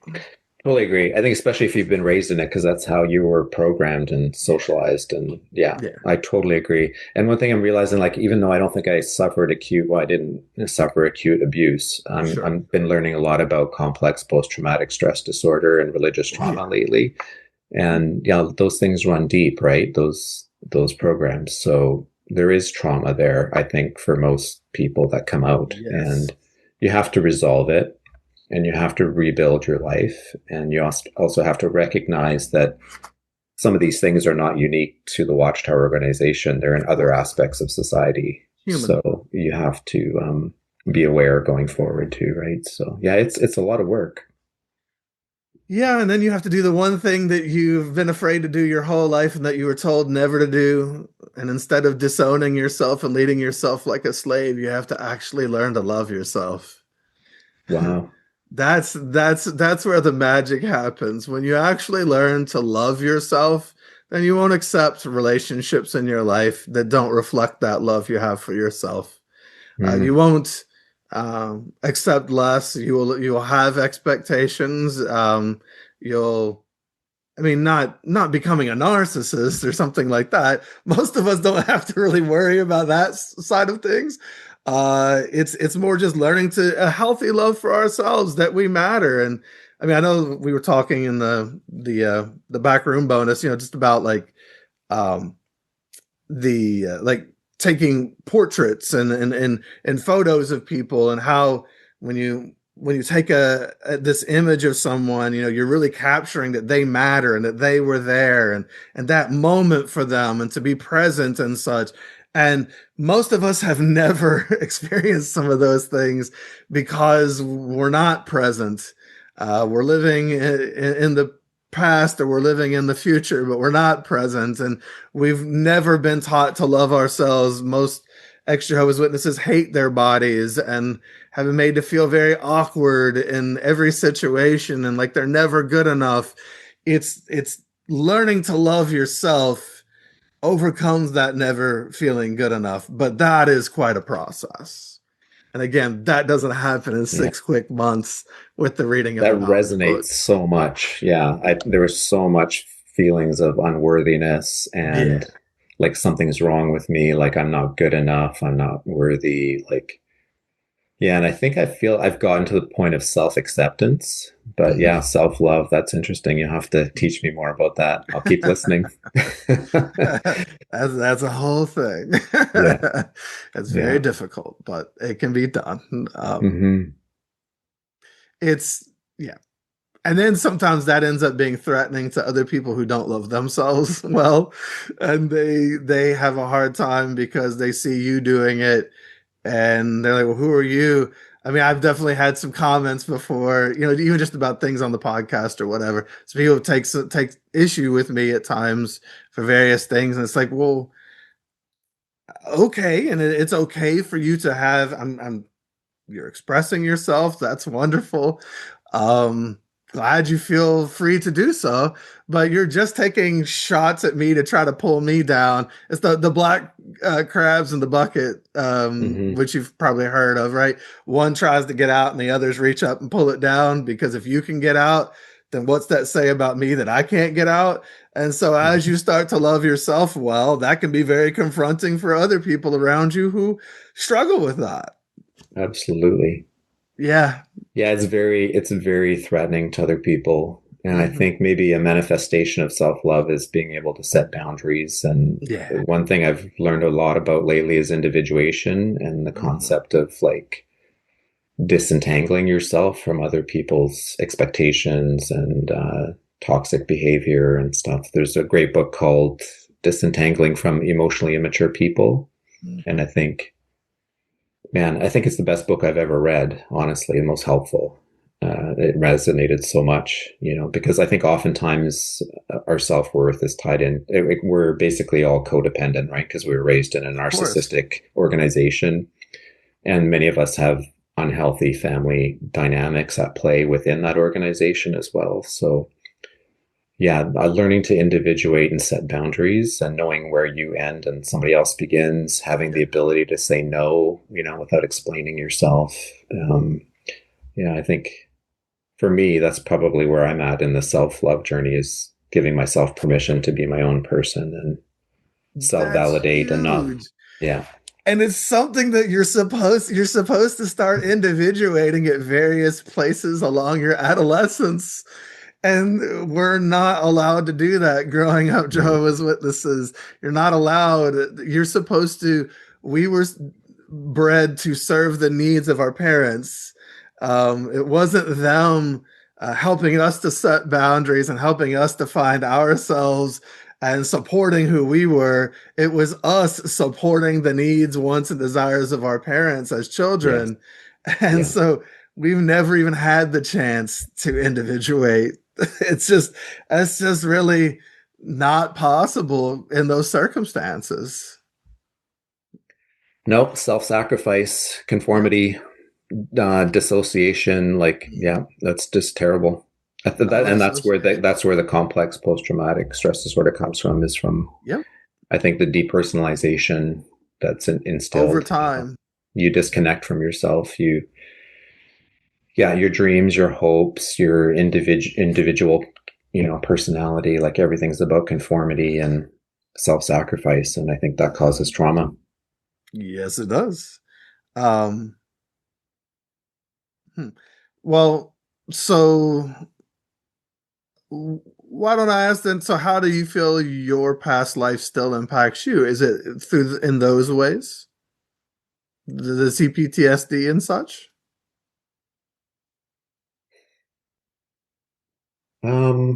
Because you don't just leave and it's suddenly gone, right? No. It's still a part.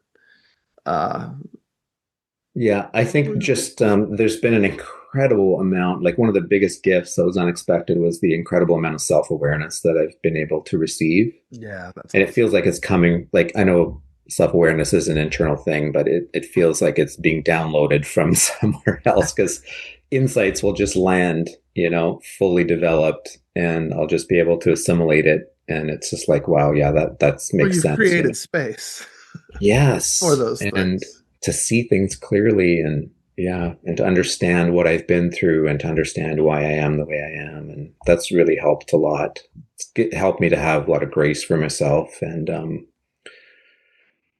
yeah, Hmm. yeah. I don't know So, what more to say about that, but yeah, that's yeah. fair. So let me ask: so how did you leave? What was your ultimate path out? So we separated in November 2024 because well, okay. So I was filling gas with my wife. Our marriage was already kind of on the rocks, but I don't know, we were out doing errands and I was filling gas and my phone automatically plays on my car stereo. So while I was filling gas, I happened to have been listening to Sean podcast previous to her getting into the truck, so that started playing. Oh, And instead of turning it off, I guess she must have just kept it playing. And she was so upset that she moved out of the bedroom that night. And that's basically when we separated. And I just told her, like, look, that's not going to work. Like we either fix our relationship or like, we're not doing this. We're not playing roommates for, you know. So we had a family trip booked to Mexico for January, but we decided, like, because we're separated, it wouldn't be appropriate to travel together. So it was either all of us cancel the trip but I decided to just go by myself because I thought, you know what, this is a pivotal time in my life. I'm turning 50. My marriage is over. I'm probably leaving. Well, I am leaving the organization. Like, I almost need like a little bit of a mini sabbatical, just to process and stuff. yeah. So I went to Mexico for a month. And I think one thing that always irritated my wife was that I was very indecisive. And she had expressed that about something else while, unrelated while I was in Mexico. We were communicating a bit and there were some news items. I think there was some more stories coming out of abuse in Pennsylvania and in Maine in the news and stuff. And it was just like, I just, I just came to the conclusion that I had to make a clear cut decision for myself, like, because I knew that this wasn't the truth. I knew I couldn't participate in it in any way. And more than that, I needed to take a stand, to be able to move forward in my life. So that's how I came to that decision. I gave myself some space to process, everything that was happening in my life, and yeah, figure out how to move forward. So it was important for me to rip the Band-Aid off and make a statement. Like I said, I sent a letter to probably a dozen of my friends and my family, to explain why and to let them know that the door to my friendship is still open. But that for reasons of conscientious objection, that I could no longer be, part of the organization. So, um, yeah, and then things fall into place after that. Like people that are not meant to be in your life anymore just fall away, and you get to see who's left and which relationships were solid. It was interesting because some of the friends that were the most spiritually weak ended up staying with me and being fantastic friends, and the most spiritually mature people, some were extremely close to me, didn't even respond for months or even respond at all. They completely avoided the issue. and they were some of the closest people and most spiritually strong people. So it's just interesting to see how different people reacted, But I think that was an important part of the process too. I needed to know going into the third period of my life who's on my bench and who's not. No, I don't have any more resources, time, attention, space for shallow relationships. I don't want to say conditional because I think, you always have conditions on relationships to one extent or another, but I needed to know which ones were shallow and superficial and which ones were solid. Did these letters that you sent, did those count as some, like, was that you disassociating? Yeah, I sent my disassociation letter to 3 elders, my So you also family, did that? and then my Okay. closest friends. Yeah. Okay. I just thought that's fair because I didn't necessarily want to broadcast it to everybody, but at the same time, I wanted to know the people who are close to me. I wanted them to know why, because they don't. I didn't want them to think I got disfellowshipped for one thing, and I wanted them to know that I put a lot of thought into my decision and that I had valid reasons. And congratulations on making that decision. I mean, I often say that choosing to do something like that is, I mean,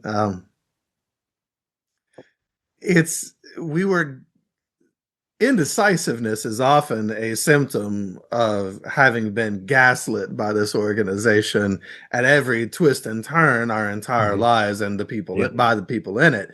So most ex-Jehovah's Witnesses have some degree of indecision and self-doubt because gaslighting, the whole purpose of it is, if I'm gaslighting you, I want you to have self-doubt, because then you have to listen to me and now I have control.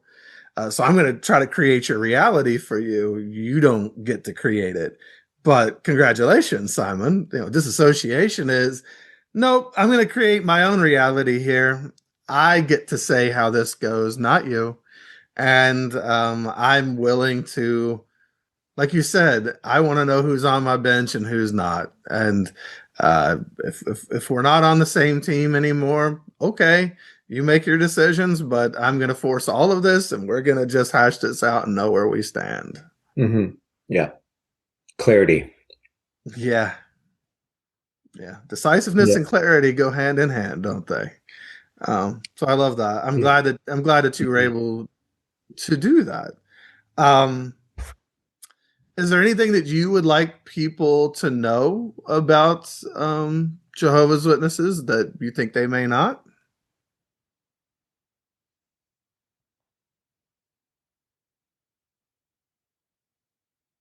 The person who's maybe listening who wasn't one of Jehovah's Witnesses, is there anything you think that they should know about it? Well, I think it's very dangerous, to be honest with you. And I've told a few people that are not witnesses, like, whether it's colleagues or, friends that are non-witnesses, that I've just come out of a cult or a high control group, and I don't think people perceive Jehovah's Witnesses as a cult or dangerous in the community, and I just don't know. The longer I'm out, the more I realize how dangerous it is, whether it's the blood policy or whether it's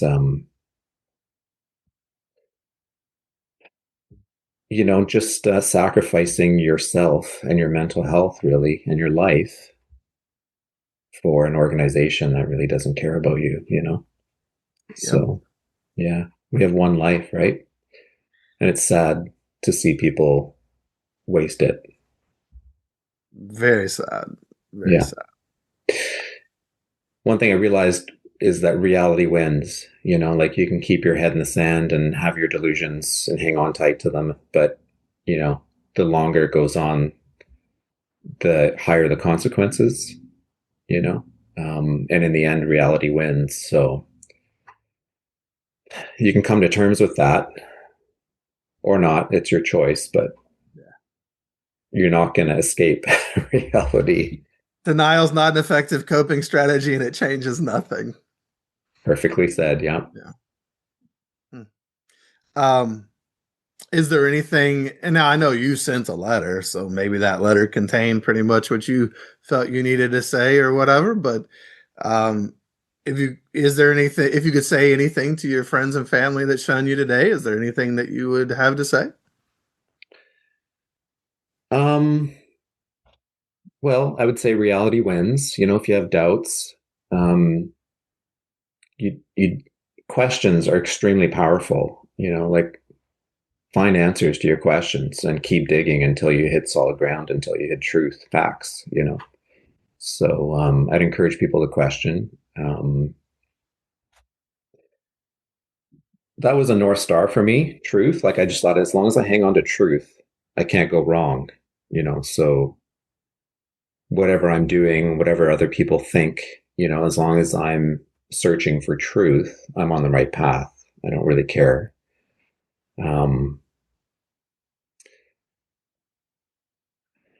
Yeah. I like that truth as a North Star. When I was waking up, there was a quote I heard, and I don't remember where it's from. I don't know if it was stated at the time, but it was uh, run with those who search for truth and run like hell from those who claim to own it.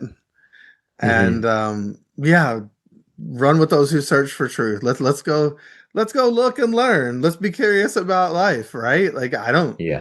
I don't claim that I have the universal truth of anything. I think that, I mean, to me, it's kind of the height of human arrogance to feel like, because I mean, I once did, and it's pretty arrogant to think that I know everything. That's pretty wild. Yeah. Uh, I don't think everything is even knowable. So, I don't know, figure it No. out or not. Well, It's Jesus said, "You will know the truth, and the truth will set you free." So if you think he's a worthy example of someone to follow, there's a power in truth that will free you sure, from that will set you free. And I yeah, that was my North Star, was that scripture. And the other one too, if I don't know, you said you're an atheist, but if somebody sure, out there still believes in God, of like course, many do. the Bible says that we will each render an account for ourselves to God, so not to an organization. So we can't just say, well, I was following along, or I was misled, or you know what I mean? Like it's not an excuse to just go along to get along. Like we will render an account if you believe in a creator. Um, so Well, and even if you don't, you're going to render an account to yourself. yeah, If you know that you're going along to get along and that you're not really into this thing for whatever reason, well, yeah, are you living in truth? yeah, Living in truth, being an authentic person sets us free. I yeah. agree. And we all have to figure out, how we frame that, and that's fine. Hmm. Hmm. But it's yeah, a search for truth is a beautiful thing. Hmm. Yeah. I think a lot of people like sign away their agency, to the organization because it's a shortcut, really. Like the organization provides all the answers, all the structure. It's But intellectually you and but emotionally but God lazy. doesn't say that works. Like we're if you believe in God, we're accountable to something even higher than the Watchtower organization, so that's even more sobering. Yeah, And if you don't believe in that, then like you said, at least we have self accountability, right? So well, sure. Where still yet to see in the Bible where it ever said anything about somewhere right before the end came, there would rise this organization that would be Jehovah's one and only mouthpiece on earth, and that would lead people in through the end of the system of things and into a paradise. I don't remember Jesus saying that. mhm. Yeah. Didn't seem to be something that he said. And uh, so I don't know, for them to think that they own, again, all of this, they own Jehovah, they own Jesus. I don't know how much they really Hmm. own Jesus. We could have that conversation. Like, even the memorial, which they just had, right? It's mostly about Jehovah. It's kind of not really that much about Jesus. They really focus on Jehovah most of the time. They are Jehovah's Hmm. Witnesses Hmm. Yeah. through and through. Yeah. um, And the faithful slave. who is only the governing body now and not the entire anointed remnant, right? Yeah. Like it was forever. It's now just Stephen Lett and his boys. Like, that's Company. crazy. I'm sorry, man. Those are not people I would follow. I wouldn't follow directions from them to like the local Walmart. I don't know, man. They don't seem No, like but the you're right. supposed to, even if it doesn't make sense, or if it, yeah, from a human standpoint, you're supposed to follow Stephen Lett, what he said. Yes. If he tells you to go west and the Walmart is east, go west because he said that's where it is, and you just keep on driving. Whatever he says, you got to follow. You know what? It's dangerous. When I was contemplating disassociating, one of my best friends, he sent me an email. I don't know where it came from, but it was basically saying, like, if with all the wildfires that we have, if if if the governing body told you to stay put and not evacuate, would you obey, the direction, or would you evacuate as you should, And I was like, wow, like they're equating like salvation to like some angels protecting your house, and because the governing body has that direct line to the angels, I guess they can protect you in your house, and and I was like, wow, this is so dangerous. Like, it's people's lives that are at stake, to following direction. And if it doesn't make sense from a human standpoint, well, you're still accountable to God and to your family and to your children for the decisions you make. You can't absolve yourself of that, and that's the thing. Like, it is life or death, and they're setting up, and they frame it that way too, because they're saying, like, follow the governing body in life or death direction that could be forthcoming. So they even spell it out, and you think about like how flavor, Aid. Yeah, and that's 50 years ago, Jonestown, right? And we're still talking about it, and 1,000 people died. Some people estimate there's that many witnesses that lose their life to the blood policy every year. So in 50 years, that'd be 50,000. Now, I'm not saying that's the total number, but it's definitely more significant total than what happened at Jonestown. And that's just from one of their policies, right? So they are right that what their direction does have life and death implications. And they're asking you to abandon your critical thinking and your agency. That's dangerous, man. That is really dangerous doctrine. Scripture says to prove to yourself these things, right? But governing body says just listen to us and follow. No, that's awful. That's wicked. No, it's going to have it has terrible consequences. And then they have the nerve to say they're not leaders, right? Like, they call themselves governors, and they tell you to follow their direction, even if your life is at stake, but they're not leaders. Right.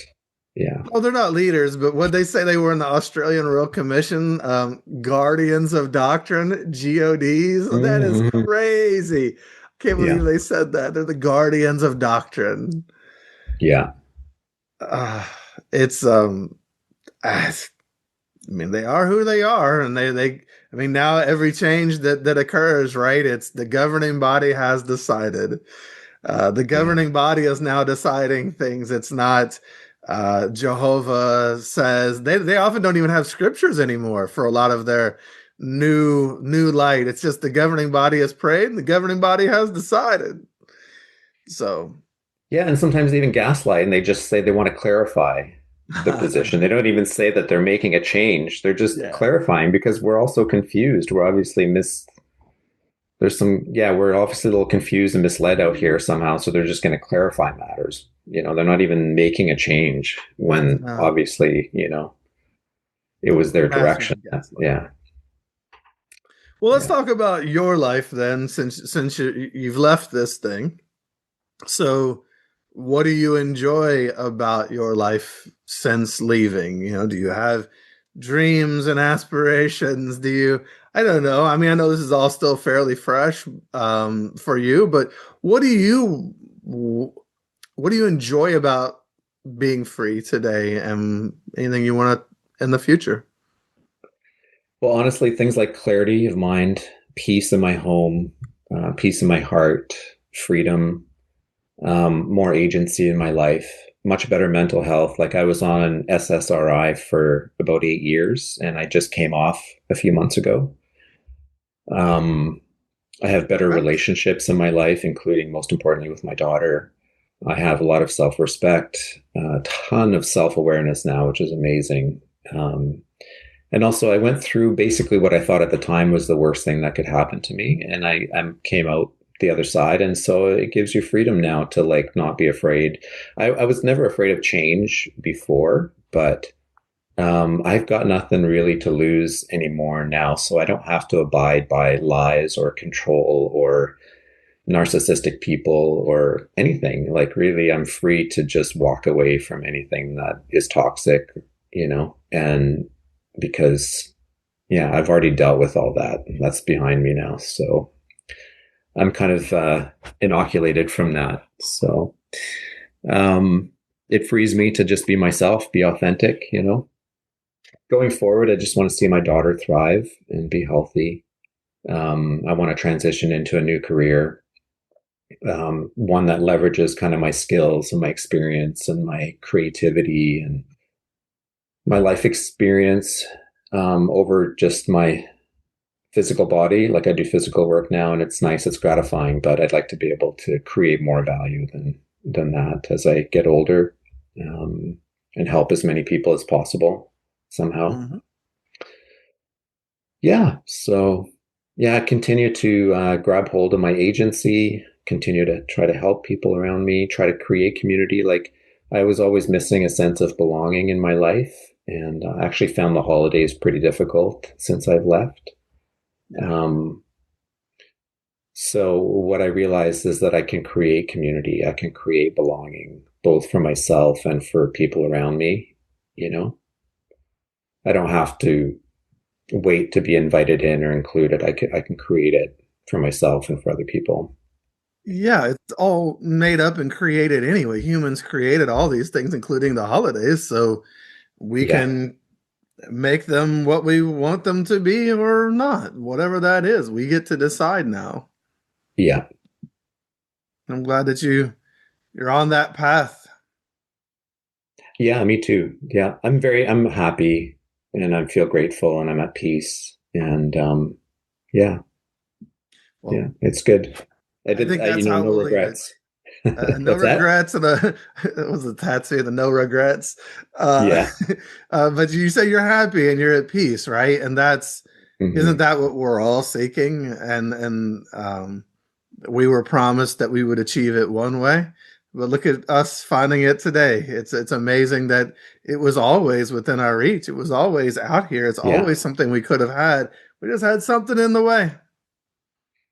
Yeah, if I could encourage anybody out there that's questioning or wondering how to move forward in their life, like, one thing to consider is that we all have that inner voice, and that it communicates with us even through our physical sensations. Like, if you're always late for the meetings, or if you're always fighting before a convention, or if you're always sick, before a meeting, or if, you're depressed in the organization and God's happiest people on earth, like, listen to your body and what it's telling to you. Listen, they always tell you to bury your doubts or, whatever, but they're there for a reason. We all have an inner voice, and our body communicates to us, and I think we've been systematically dissociated from ourselves, and we need to reconnect with our own selves. So we can't ignore that. It's gonna just build and make us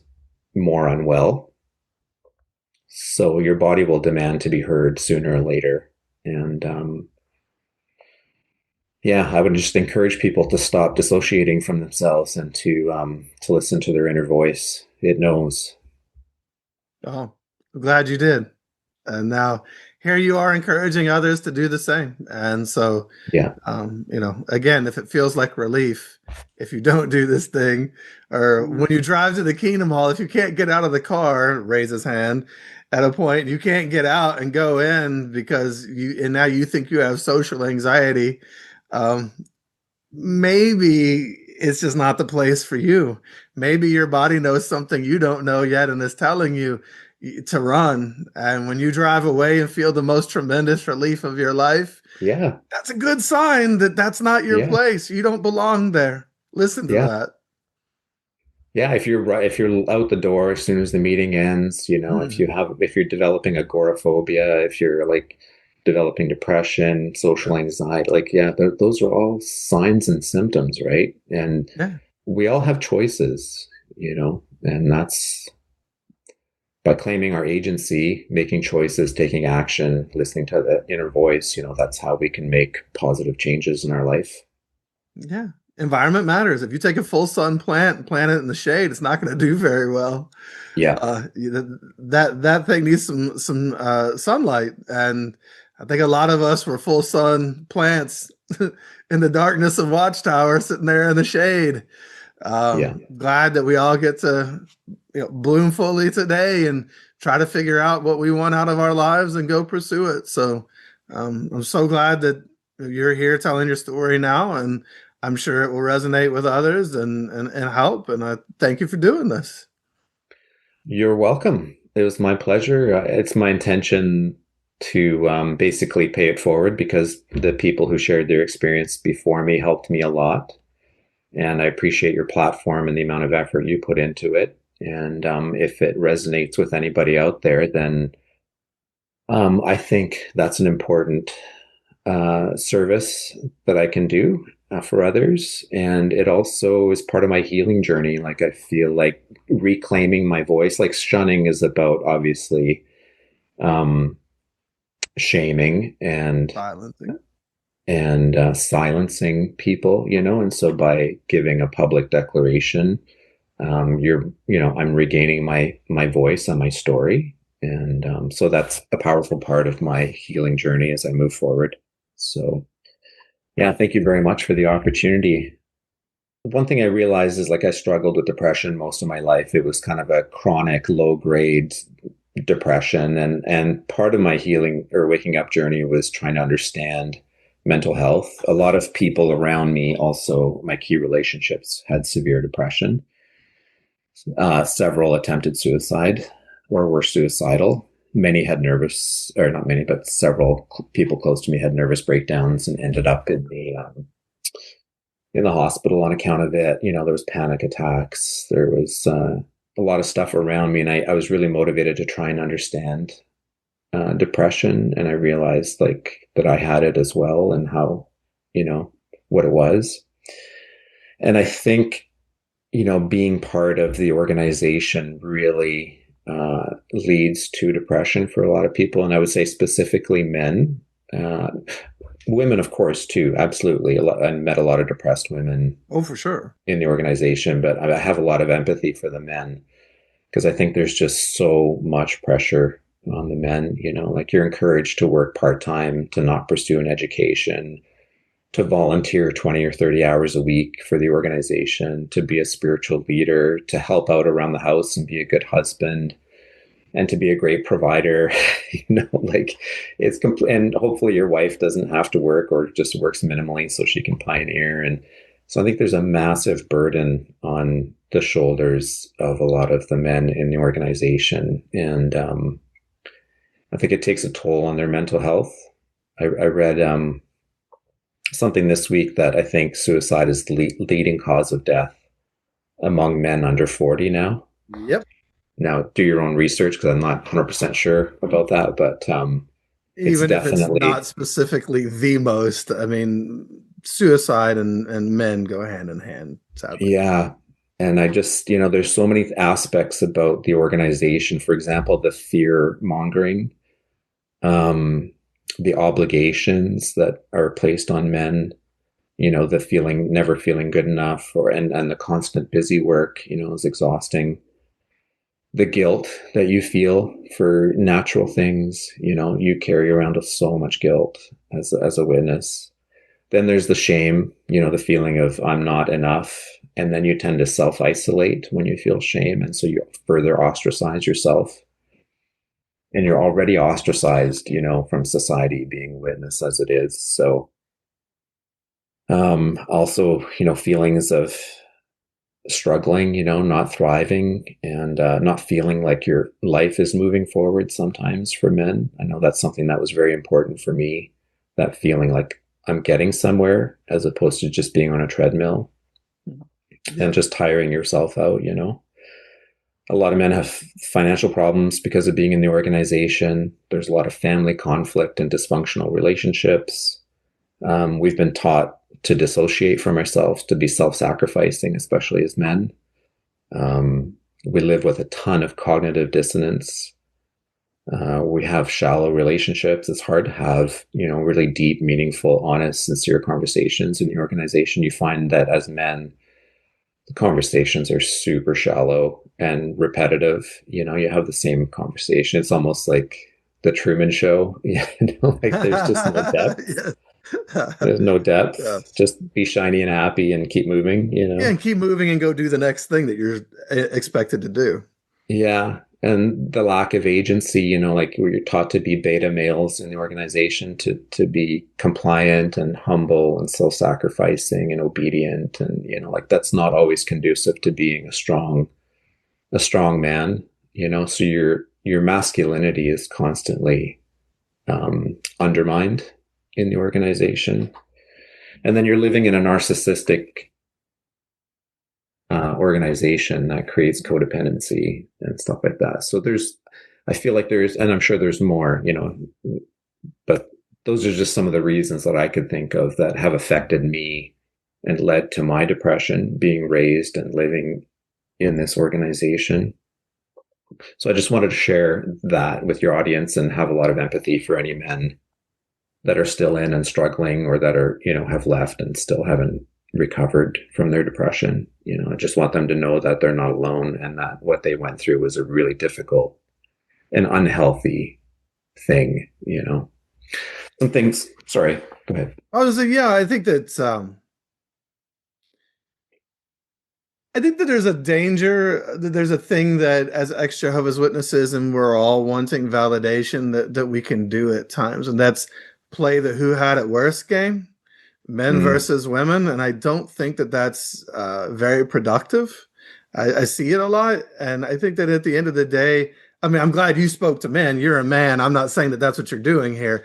But I'm glad that you're saying something, because I think that we do articulate a lot of times what it's like for sisters and such. And there's a lot of compassion out there for that. And I, in the congregation or outside of the congregation.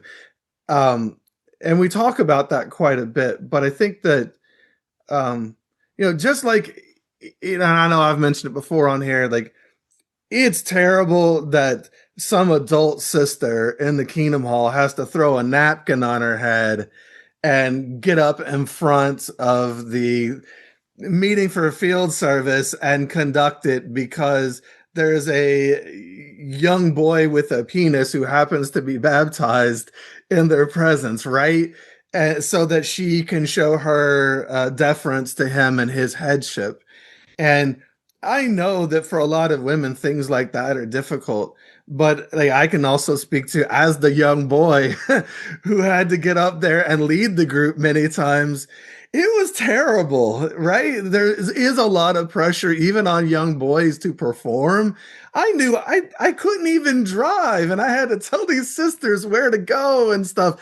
It was a farce, and it didn't make me feel good either. It put me in a situation not where I felt special, but where I felt very exposed, and I had to do things that I didn't want to do, and that's just like the start of that treadmill.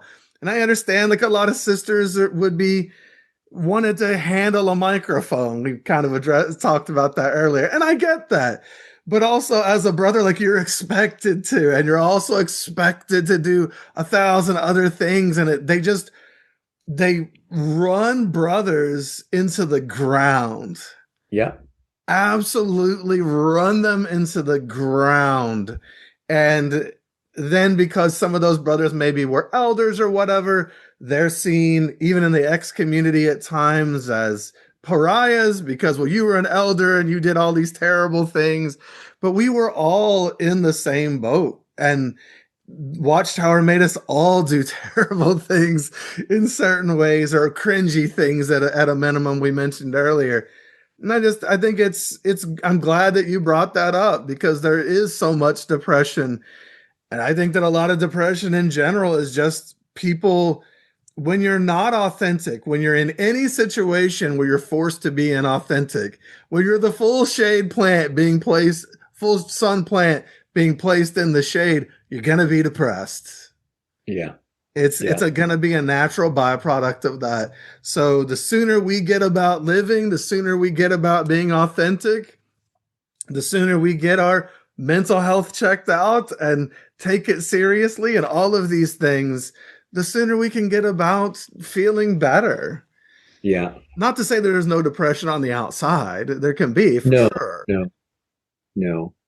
But I think there's so definitely a ton. stifling. I definitely think it's rampant in the organization. And I didn't mean to make it sound like men have it harder necessarily. I was just trying to highlight No, I wasn't saying you were. I think some unique aspects to the men, like the amount of pressure that they're under. Yes. The deliberate, systematic emasculation of men, even though it's a patriarchal organization, I do think that the vast majority of men are emasculated within it. Even if you think of just like having to shave your beard, you know what I mean? Like, how emasculating is that, right? Like to make men not be able to have facial hair, for example. You know, like the patriarchy is still led by a small group of men who are lording their power over other men and women. Yeah, so men are actually victims of patriarchy as well. You're right. That's like, just look at the extreme Mormons, right? Like all the men that have to leave so you're right.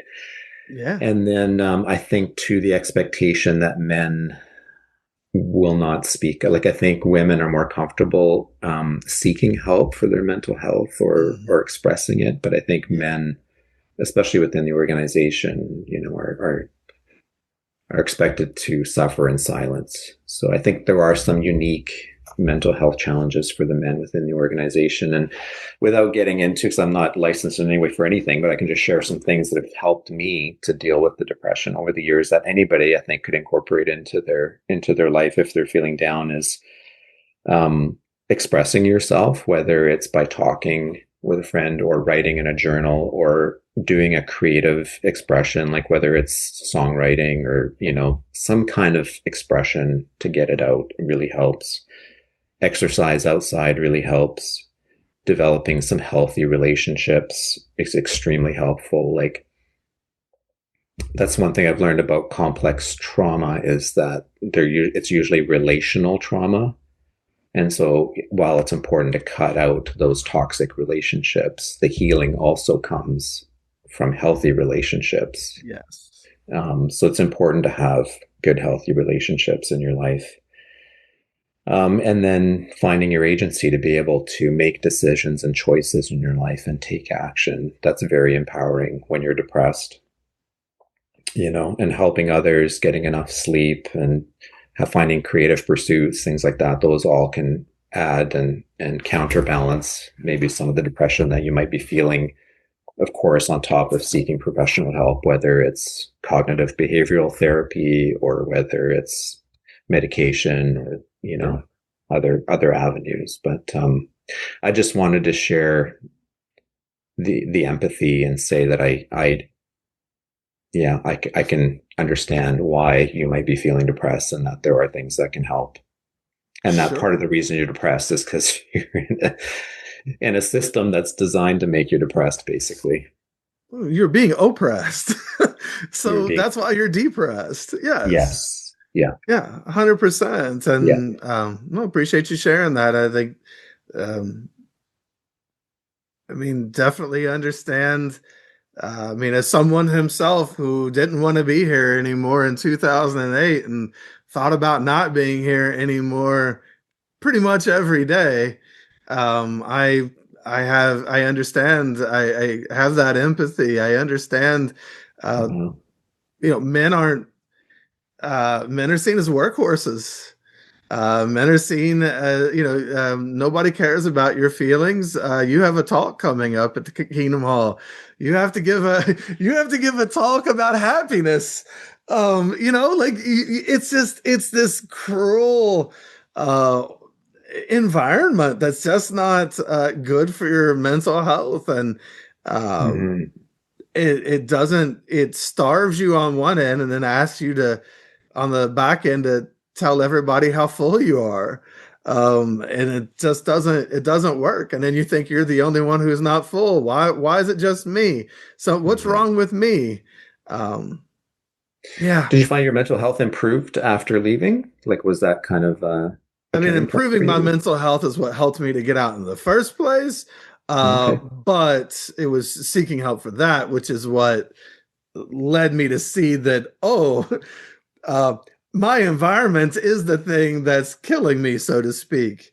But yes, it absolutely improved after leaving. Yeah. I mean, I was no longer, um, well, it's what I tell people when I work with them in my coaching practice. It's like we have to, it's like we're trying to run forward with a backpack full of bricks on. And sometimes we have to offload some of those bricks so that we can feel freer to move forward. And Mhm. yeah, definitely disassociation for me as well was my path out. And it's why it's so hard to quantify that feeling that you get after disassociation and I'm not going to promise everyone they get it. Again, we all come to it with our own characteristics and environments and everything else. But that feeling of freedom on the other side of disassociation was something unquantifiable. It's something that I Yeah. can't tell you what that's like. You just have to experience it. That's all I can say. Yeah.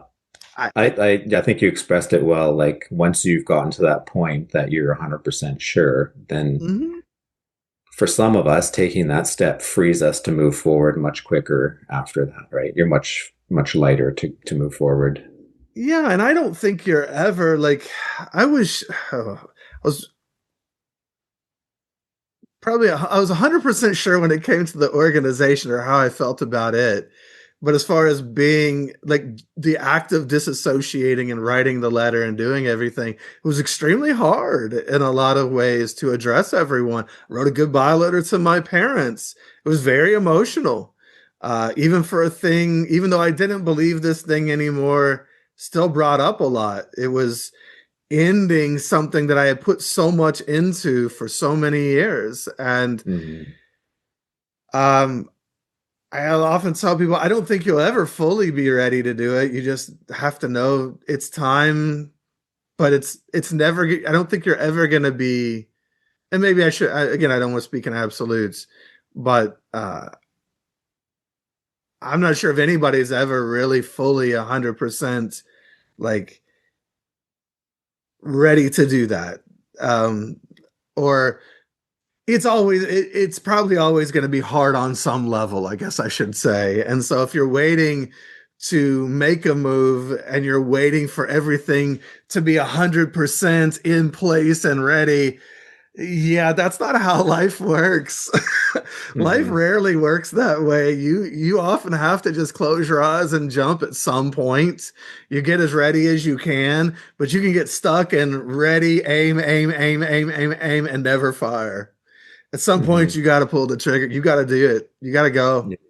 Yeah. Or Yeah. I you know a don't lot want to of stay people there just forever. like to fade because they feel like they don't want to abide by the organization's rules or whatever. They Sure, just that's fair too. If you and they want to do can move that, forward. But for get me, out. it was so important to take my power back and to Yes. just like, I don't want any more memorial invitations. I don't want the constant encouragement. I don't want the weird No. looks. I don't want the shame. I don't, you know what I mean? Like, Yeah. I'm done. Those are over, you know, Yeah. like, And yeah, I'm done with them. There's nothing I yes, need or want from them no, personally. no, I no, you still take your, miss, certain individuals were cool and I miss my yeah. siblings in certain ways or whatever, but like, no, I, they don't But you know have, what? Like, even when they changed the congregation boundaries, you often lost touch with some of your best friends and stuff anyway. It oh, seems all like the the time. relationships were not that deep. You know what I mean? Like, it No. didn't take much space to really get in between your relationships anyway. So, yeah, I At don't some know. point, you got to go. You got to go. You just have to. Yeah.